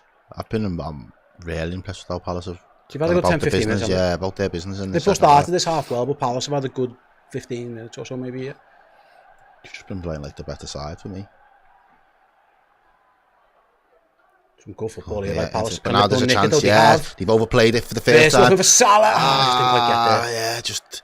And it goes back to Dean Henderson. It was always fading away from him there, unfortunately, for Liverpool Salah. set the trap there. It was almost Liverpool playing counter-attacking football. Nearly were. Which I don't mind either, by the way. Yeah, when you're winning. Right, here's Dominic Szoboszlai down Liverpool's left. Good decisions, good decisions, good decisions. Plays Oh, inside that's great. Hit that. Oh. Wow, that was ugly. Florian Wirtz is better than that. Turned on the edge of the box. Acres of space. He had a lot of space considering. I think he had more space than he realised. Look at that. He's got the whole goal to aim at. Whole goal to aim at, and he just absolutely balloons it. And now we are about to make a double substitution. Alexis McAllister and Wataru Endo are on the touchline. I think Palace might do something on their side as well. I'm not sure. We got a new chance. He's Wataru Endo. Endo. And look at this one. No. The Argentine. Oh, McAllister. I think this break might come at a good time for Liverpool. Wirtz should have done much better there, though. We know he's got quality. It's a bad shot. Probably just rushed it. I don't think he realised how much time he had. He can score. We know he can score goals from there. But yeah, a little water pick. So I'm not quite sure if they made the subs yet. I didn't quite see. I don't think he'd come on yet. No.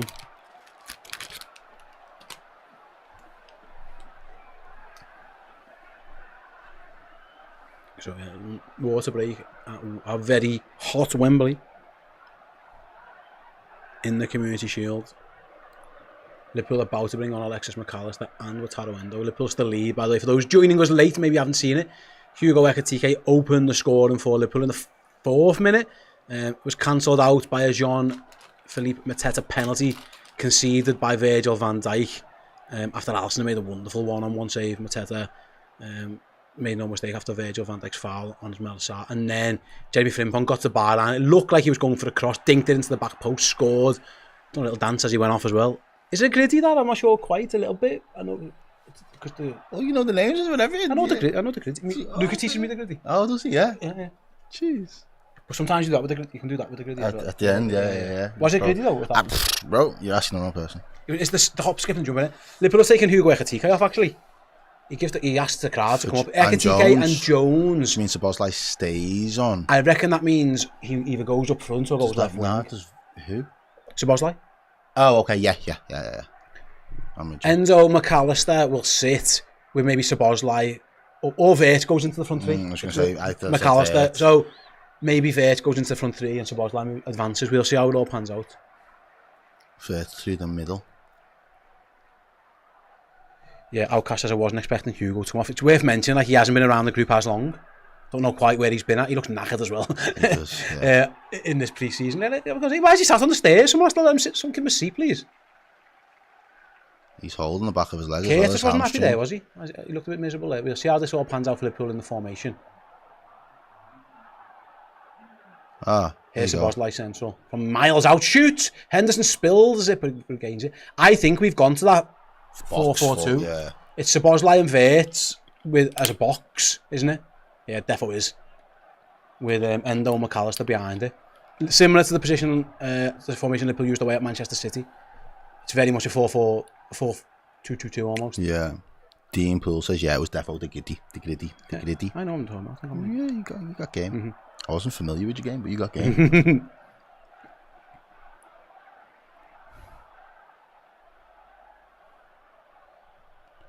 Hugo Boss. Right then. 72 minutes gone at Wembley. Liverpool still lead 2-1 against Crystal Palace.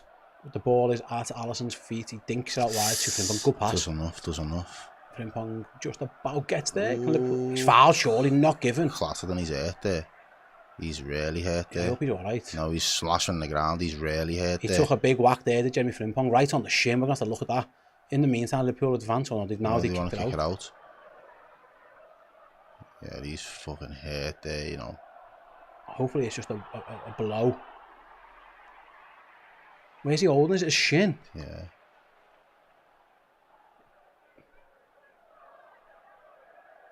Oh. Who gets him? How's that not a red card? Wharton. Why is that not a red card? It's a high boot to the side of his leg, studs up. Am I an idiot thinking that? No, I think on the real, I think in real time it was too quick to see where the contact came. I'd want VAR. Now you look at it, yeah, you can see it in hindsight, but I think in real time, mate, I would never have picked that up. Are we sure that's not a red card? Yeah, striking news. That's a red. Outcast, direct red. That's a sending off. Maybe I'm not in the job, but they're not gonna send them off. No. That was a nasty one. I don't think he meant it. But he caught him high.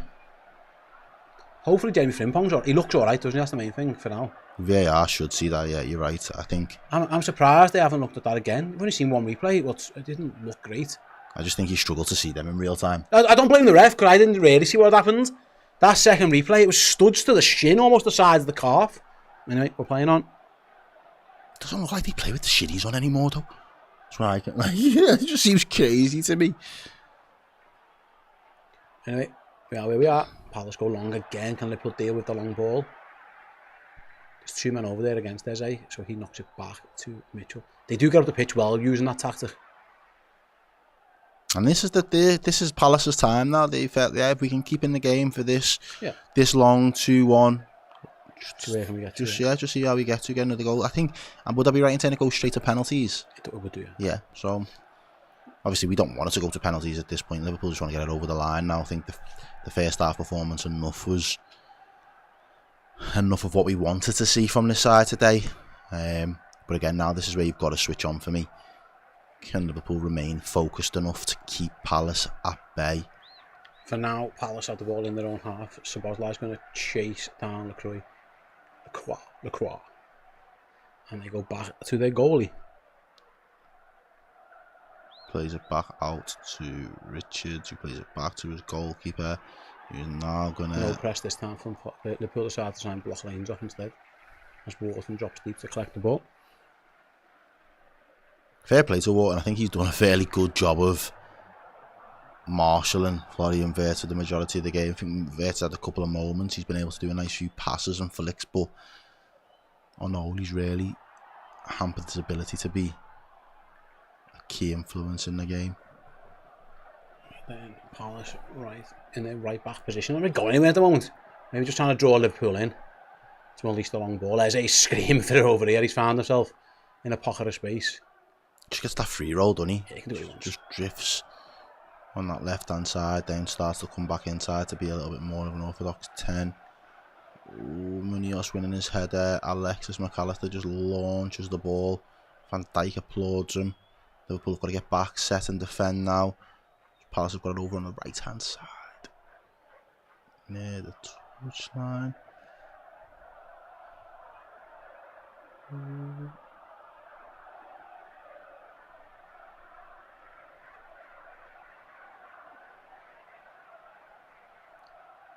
Liverpool again, no foul given. Oh, danger signs for Liverpool. Wow. Palace are in. And off the post. Goal. And I did say it was coming. I did. It's almost sloppy from Liverpool. It's like you can fucking.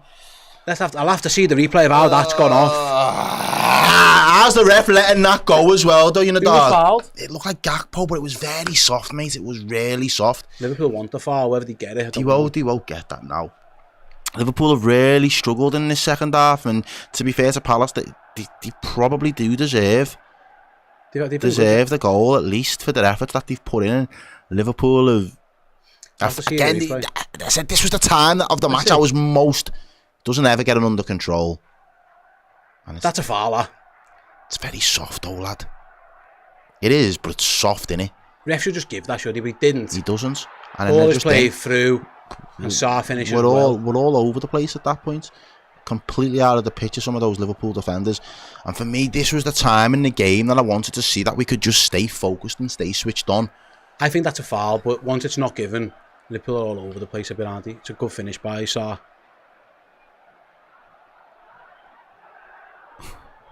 Glasner's moving. The cameramans love Glasner off differently today. You know, I think I've only seen Slot once. Any opportunity for a little Glasner close-up, he's going for it. I don't think Virgil was in a brilliant position either. Yeah, the defence again. I think the defence have let themselves down there. And it says we go into the last 10 minutes of this game, it'll be the Palace fans that are up in the ascendancy, bouncing. The momentum is with them. Again, we said just before it would go straight to penalties, but there's still a big 10, if not 15 minutes left of football to play with extra time. They're bringing Sousa on. I love Sousa. 2-2 at Wembley. People say extra time and pens. No, no, it's just pens. I'm sure. Yeah, there's no extra time. But you've got to get there first. Yeah, that's what I'm saying. And you said Palace would be no mugs today. We said it. There we go. Liverpool now. A little bit of space. Flooding. Poor ball. There's definitely way for Liverpool to do defensively again, isn't he? It's been like that a little bit in pre-season. There's been at times where they've been a little bit too easy to get at. And it's felt like that again. Here come Palace again. Ball over the top. Danger signs for Liverpool. Palace are in! And Liverpool defend it so well. What a block from Milos Kerkez. They want on ball. We'll check it. No, it's a brilliant block. Never handball. Never, ever. Where's the hand? What hand's he looking at? It's his foot. It's an amazing block by Milos Kerkez, that.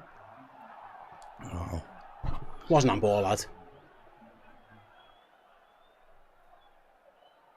Is it on ball here? By McAllister? Oh, yeah. No. Oh, right in front of his face. That can't be on ball. You can't give that, can you, surely? He still gets the friggin' ball down, no, at the same time. Still falls to him.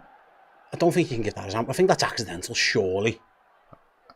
Nah, I think they're going to give it, you know. I think they're going to give it. Fair play. Fuck it. Oh. It is what it is until it is the what it isn't. The ball flies over and McAllister's looking up there. It kind of falls on his hand. I don't think that's a deliberate handball. Surely they're going to give this, aren't they? They're going to give it now. Yeah. You can't give that as handball, mate. Corner, yeah. It can't be handball, that. Okay. There's no way that's a deliberate handball.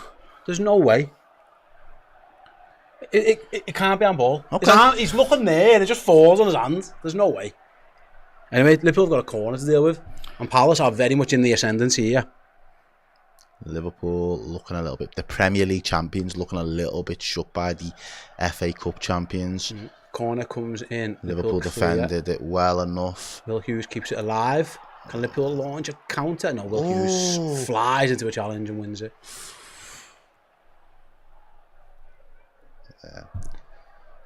Yeah, it's been I'd say Liverpool better first. That Palace have been much better second half. I think the scoreline's about right. Harvey Elliott's getting ready to come on. Just think of those Hugo Ekitike moments. There's been a couple of chances. He's been the only one we really created any chances for, though. That's the only thing, isn't it? Yeah. I wonder who's Harvey on for, though. Maybe Szoboszlai, maybe Gakpo. Liverpool win a 5. He's just booted the ball away there. You're not going to keep the same energy, refs. Linos, just not interested. Right then, we are 9 minutes away from a penalty shootout. Liverpool have a free kick close to the halfway line.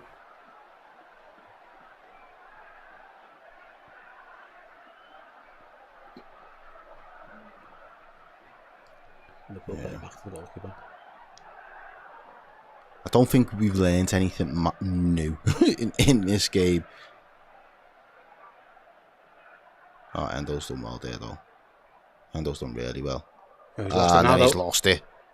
Oh, fuck. That was good by McAllister. He just recovered. And fine, Liverpool eventually get out with Kerkez. Could do keeping the ball a bit here, boys. Here we go with Szoboszlai. Liverpool on the attack with Kerkez, left hand side. Cross There's Salah. Shot! Yes! Oh, first real glimpse of Mohamed Salah. And he fired it straight at Dean Henderson, who held it well. It's the first real opportunity. Kirkes does really well. It's a good ball. It's a good attempt by Salah, but straight down the goalie's throat. It's the first time Liverpool have done anything of note in an attacking phase for quite a while. It was good from Kirkes. Very good. Salah just couldn't quite find the corner.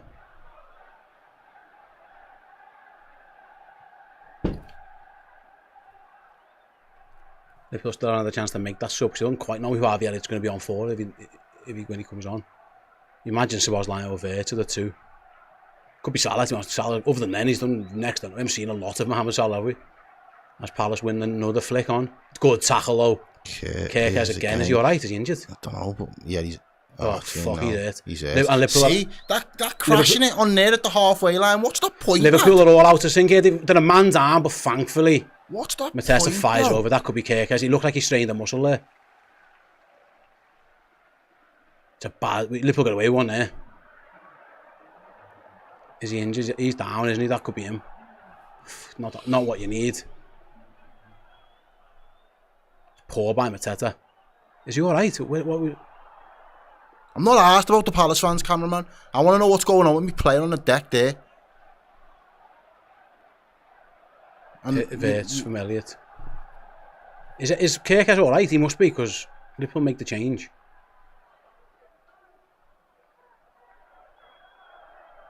It was Kirkes who stayed down, wasn't it? It looked like, yeah. I think Robertson's coming straight on.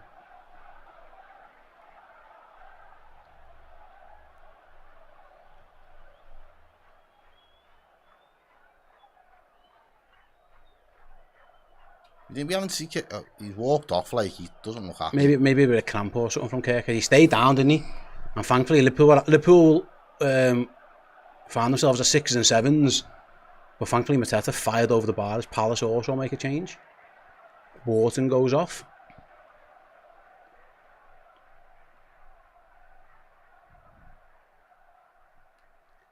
Jeffrey Lerma comes on.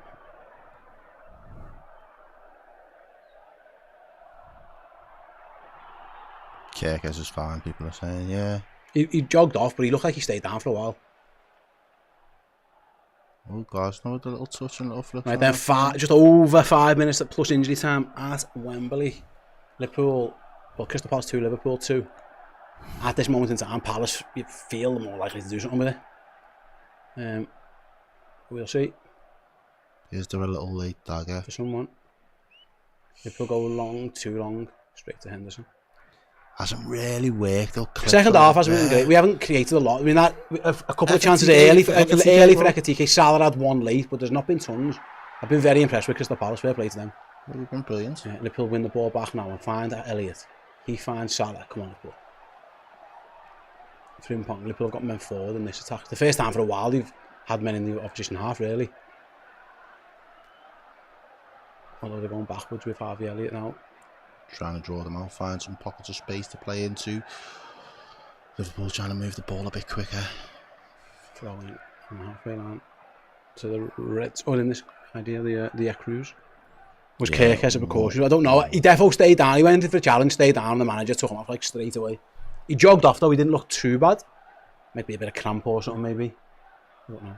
Hopefully. As Liverpool just give the ball away. Palace have it at the back. It's going to go long again. And does well. Does really well. Harvey Elliott there now. Elliott's drifted over to this right hand side. He's got Frimpong to his right. Decides to go back inside to Endo. What are we looking for here, boys? Frimpong is doing well. They're trying to keep the ball for a bit. They haven't really done that too well recently. Got to be careful of these Palace traps though if you do that. Maka. Good ball from McAllister round the corner to Szoboszlai.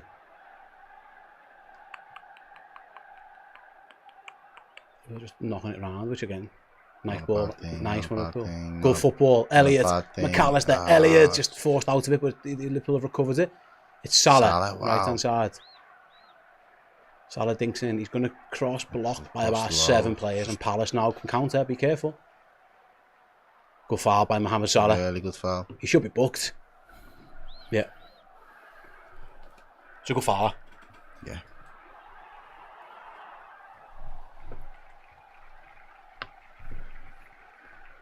Yeah, there's a yellow card as well.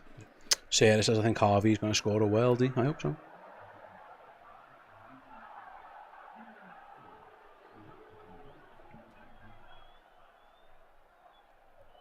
Yeah, we've made quite a few subs as well. I can imagine that there would be again another fair bit of it at the time. Still expecting another. Palace go long and Canate heads clear. Liverpool needs some seconds. Ooh, not a great touch by Elliot, but he wins it back. But Palace win it back again, and Elliot does brilliantly. Well done. Excellent from Elliot, and wins a free kick as well. Well done, Scrappy, do lad. Song, yeah. Come on. Yeah, for something.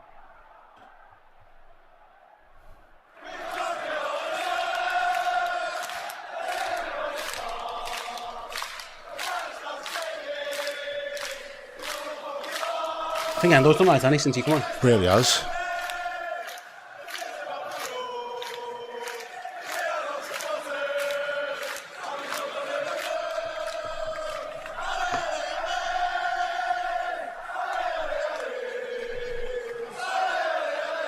Big switch of play for Liverpool then.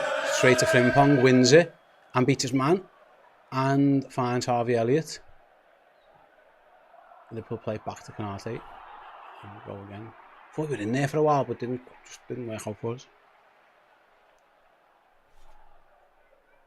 Robertson tries to find Gakpo, loses out. Liverpool win it back, but there's a foul given. Right then. Striking news is a time for break glass, Rio and Gamoa option. I mean, it'd be late now if they do, but they could do it. Thanks to the super chat. John again says, hi, STNL. Great game as always. Great content. I've missed you. Still time, and if it's penalties, I still think we'll get our hand on it. I hope you're right again. And then the bum dog. What's with all the negativity? This team has been through it this off-season and now have multiple changes across the board. Relax, the chemistry will come. Yeah, listen, if you're judging the whole season on half of a Community Shield, I don't think you need to quite do that. But I still think there's definitely a defensive issue that I want Liverpool to work on. It's not rock solid. I think we can all agree on that. As Elliot wins it again. He's done well since he's come on as well. He's won the ball back a lot, which has been helpful. So is this man. It's out of window.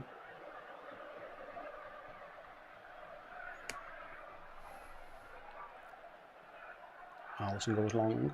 Palace win at the header. Time, boys. Don't be careful there. Who was that? I don't know, but it was just again just a mad overhead kick from Liverpool. Just improvising there. We didn't need to. And Palace have it with Eze. Here he goes. Careful. Palace looking for that late dramatic last minute goal. Liverpool trying to keep them shut out. I think that Hughes has been brilliant. I think he's probably been the man of the match since he's come on the pitch. He's been unbelievable. There's Gay. He's struggling with an injury. As Palace have the ball in the box! Munoz gives it straight to Ali. The flag didn't go up, so I don't know. But anyway, Harvey Elliott's now on the goal. Liverpool kind of counter. Gay looks a little bit leggy. Struggling. Salah. You've just got to beat him. You've just got to beat him. Mo Salah into the box. Oh, you can't. And it's Lacroix comes across. Does really well. Gay's done. Gay's done. His day's over. He's like, yo, bro. I hope that's not serious agreement to try and sign him. He's not happy with someone. Is it Lacroix? Lacroix. It's a good ball by Elliott. It's the first time we've seen Salah really running through. The big centre-back just about does enough though. But Liverpool do have a corner. There are going to be 5 minutes added on, and there's probably going to be more now because Mark Gay is struggling. Is he going to stay on, or what's he going to do? I don't know, he does look moving kind of ginger. Liverpool's last couple of subs have made an impact. I think Elliott and Endo in particular. Yeah, are they going to wait for the corner to come in before they make this change? I don't know. Palace, they have got the... It looks like Gay wants to stay on for now, but he's struggling. Maybe they're just going to wait for the set piece to finish and then take him off. I don't know. Liverpool have got Canate, Van Dijk, Enzo, all up in the box. Gakpo's in there, Salah's in there, of course, as Elliott whips in the corner to the near post. It's cleared only as far as the edge of the box. The shot at goal is straight at the goalkeeper. It was Szoboszlai who had it, but it was a bit tame. Yeah. I mean, there's lots of bodies, to be fair to him, so he nice layoff from McAllister. Yeah. He kind of snatches at it, doesn't he, Szoboszlai?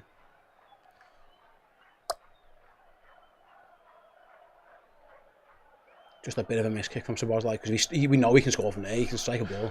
Gay's struggling. Down, he's done. Palace going to kick the ball out for him. No, they're not. They're going to play him.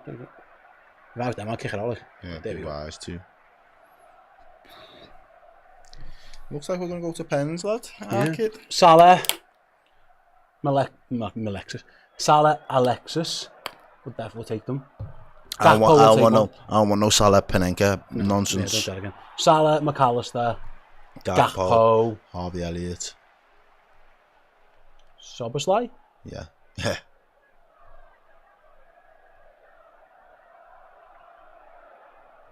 Unless there's someone on the bench they think is a great penalty taker you want to bring on. I'm not sure there is. I think you're going to bring a kid on, are you, really? Not at this stage. Not at this stage. Right then, there's going to be a lot of added time, by the way, because this injury, we had 5 minutes added on. But Gay's injury is taking a couple of those up anyway.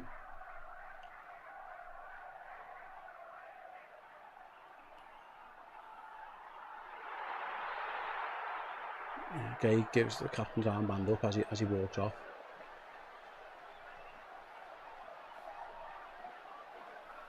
Doesn't look that bad, does it? No, he's walked off. He just knows. He's probably pulled up with maybe a bit of cramp or something. Little something. He looks okay. Just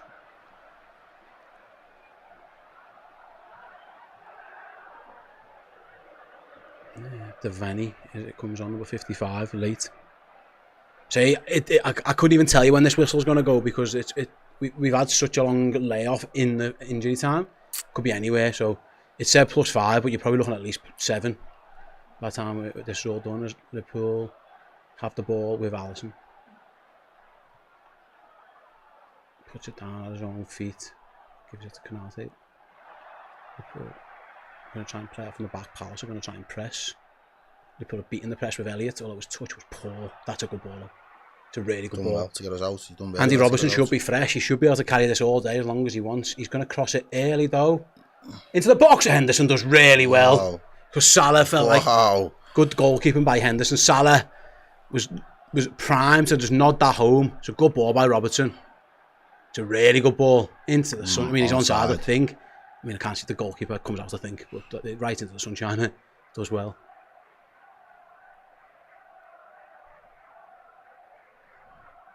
Liverpool battling over there. We're going to throw in. Good stuff. I think it was Endo again, just like he does, like he often does. Just body in the way. Bosh. Whoosh.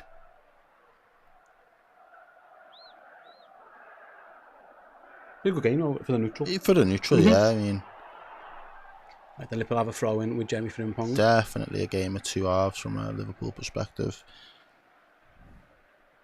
Yeah, Liverpool tired, haven't they? He's worried here. Frimpong, he's taking a while with this throw in. Just lazy from Liverpool. The ball comes up to Mateta. He battles. Can Liverpool win second? Just didn't quite get it. Will Hughes picks it up and finds Eze. He cuts inside. Danger for Liverpool. Devaney, who's just come on. Glances it wide. I don't know. I can't see the angle. Would Alisson have saved that? I'd like to hope so, but there's no guarantee. Endo just miskicked it. Eze does so well. Just a lovely way to that pass, you know. I think he had it covered. I'd like to think he would have. Yeah, I think he would have. Yeah. Pens though, you know that. Maybe penalties. We're going to wait and see. Like I say, it said we are past the 5, but there was a long injury there because of Gay being injured. So Liverpool kick long. Oh no, maybe I was wrong. The Purity Shield is going to go to penalties. Crystal Palace 2, Liverpool 2. Hugo Ekitike and Jeremy Frimpong for the Reds. It was a Mateta penalty and Sarr for the Eagles. And yes, Liverpool, if they want to lift the trophy, are going to go to penalties. I'd say Liverpool were good in the first half and not great in the second. Few hits and misses, a few bits and bobs, not quite gone their way. Both sides have had chances to win it as well, by the way. Devaney right at the end nearly won it for Palace. Ekitike had a couple chances earlier on. Salah had a chance or two. So it's been a pretty even game. And yet we're going to go to penalties. So Salah, McAllister, Gakpo guaranteed. You would think. Elliott? Potentially, yeah. I don't mind Elliott taking one. And then if it's your attacking players, it's Szoboszlai. Otherwise, you're looking at, I don't know if Frimpong takes, I don't know if Frimpong takes penalties. Maybe Virgil can definitely take them. Yeah. But I'd go with that 5 to begin with. That'd be my 5.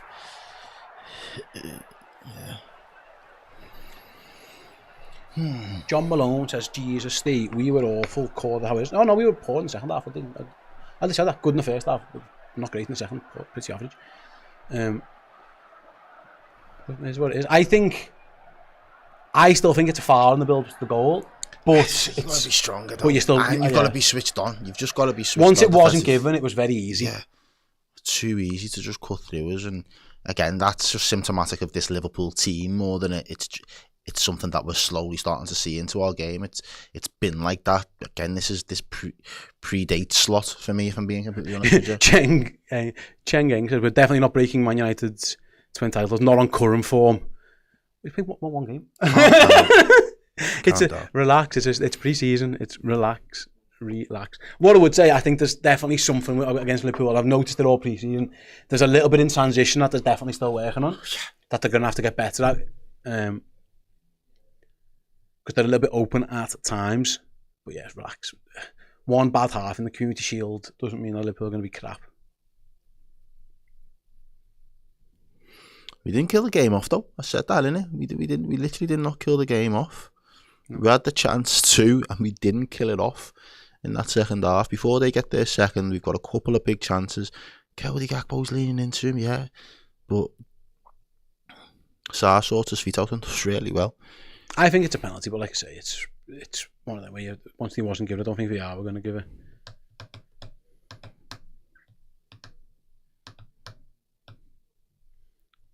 So we're going to go to pens.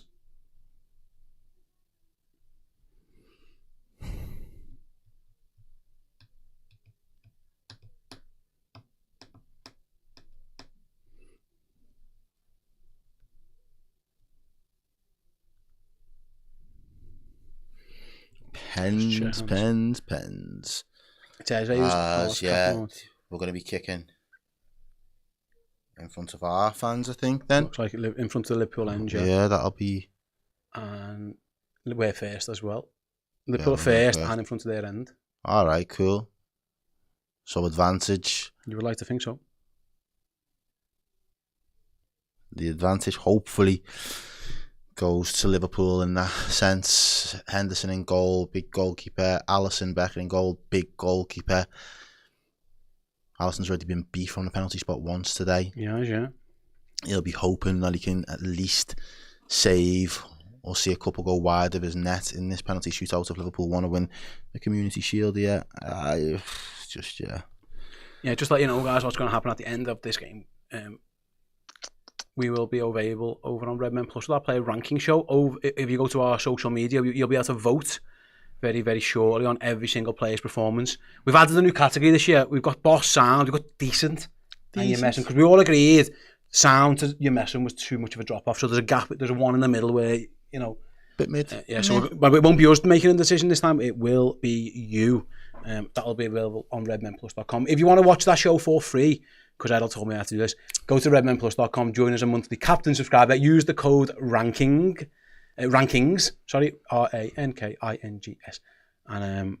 you'll be able to get the first month for nothing, so you can check out our new piece of content. There's also going to be reaction coming from the stadium with Mr. Paul Machin, as hopefully Liverpool can wrap this up and win the Community Shield. Like I say, I think the Accrues in this case will be taking the first spot kick in front of the Liverpool end, a very sunny Liverpool end. Let's get some energy going, eh? Please do, sir. Please do. Press that like button now for the Reds to win on pens. Yeah, nearly 4,000 if he's watching.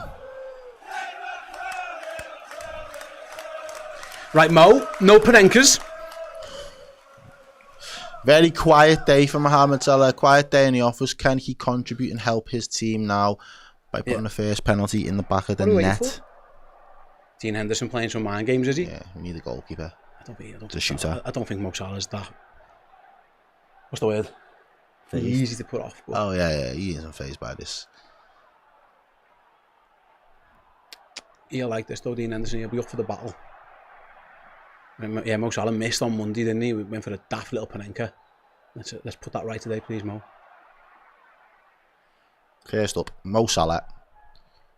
Different run up. Salah over the bar. Jeez. And that just sums his day up. He changed his run up and he's belted it over the bar. Ballooned it. Absolutely ballooned it. And the Palace fans are laughing. That was a laughable. Gee whiz, Mohamed Salah. That sums his day up a little bit, that. Massively. Massively. He changed the run up as well. And ballooned it over. He didn't do the hop, step, jump thing. He just kind of had a little stutter step. He's had an off day. He's had a poor day, Mohamed Salah, and that just sums it up. And now Liverpool need Alisson Becker at some point to make a save, or someone else to do very, very similar. Mateta scored in the game. What does he do? Does he change his mind? Does he go the same way? He's just going to send Ali again. Mateta sends Ali. Steps up. Bottom quick didn't send him, but he went to corner this time. And Palace, early advantage. Salah misses, Mateta scores, and that was a bad moment for Liverpool. Horrendous from Salah. It's a good penalty from Mateta. Ali goes the right way, to be fair, but he's beaten for pace and accuracy. And Palace leads in the shootout. That was a poor penalty from Salah, wasn't it? I mean, they obviously blammed it over the bar. Next up then for Liverpool is Alexis McAllister.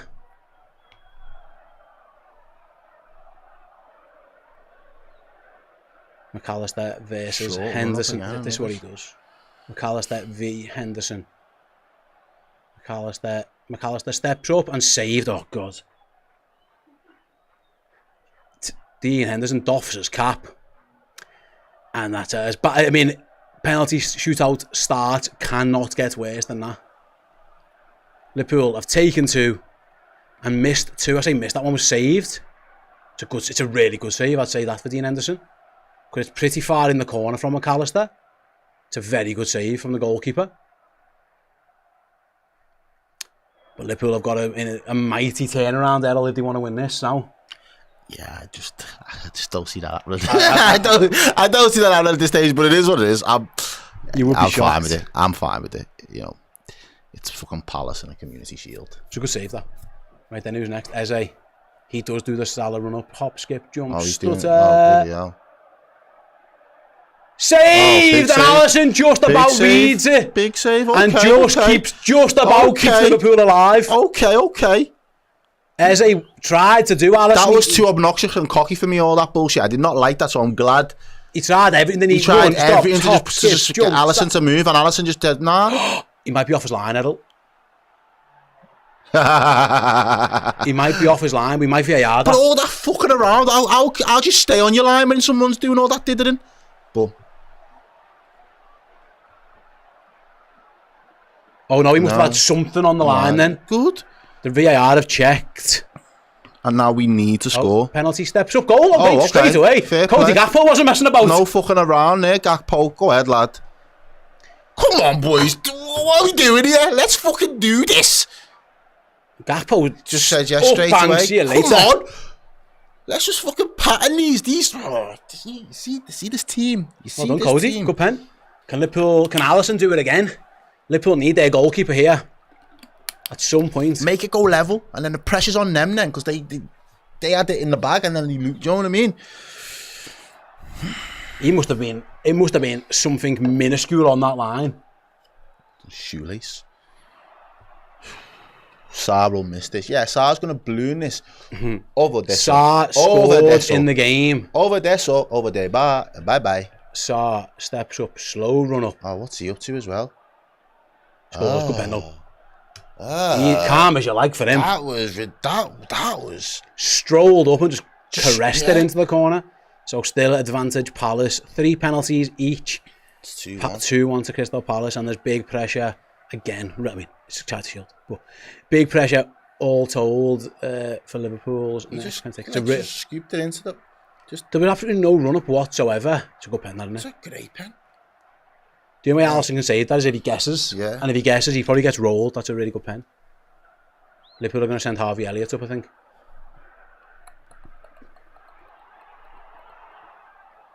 Smooth pen, that. Yeah, that was my favourite of the pick of the bunch, that so far. Elliott against Henderson. Javier really has to score this. And he does. And another, what's with all these short runs up though, bro? Javier is. Another step. Up, saved. And that's some. We've missed 3 or 4 penalties. What are we doing? Was he off his line? What are we doing? I hope he was, but doesn't look like it. That was a poor penalty. He doesn't even look at. What is that? Is he off his line? I don't know, mate. I don't think so. Nah. No, he's not. He left something on it there. Mate, come on. Fair play to Palace. Just after Liverpool, he's reading his notes there, isn't he? Dean Henderson on his bottle. He knows which way they're all going to go. Dash that bottle into the crowd. And if Palace score this, they have won the Community Shield. Sosa, the lad who's just come on. Up he steps up. Hits the bar! Oh, he's missed!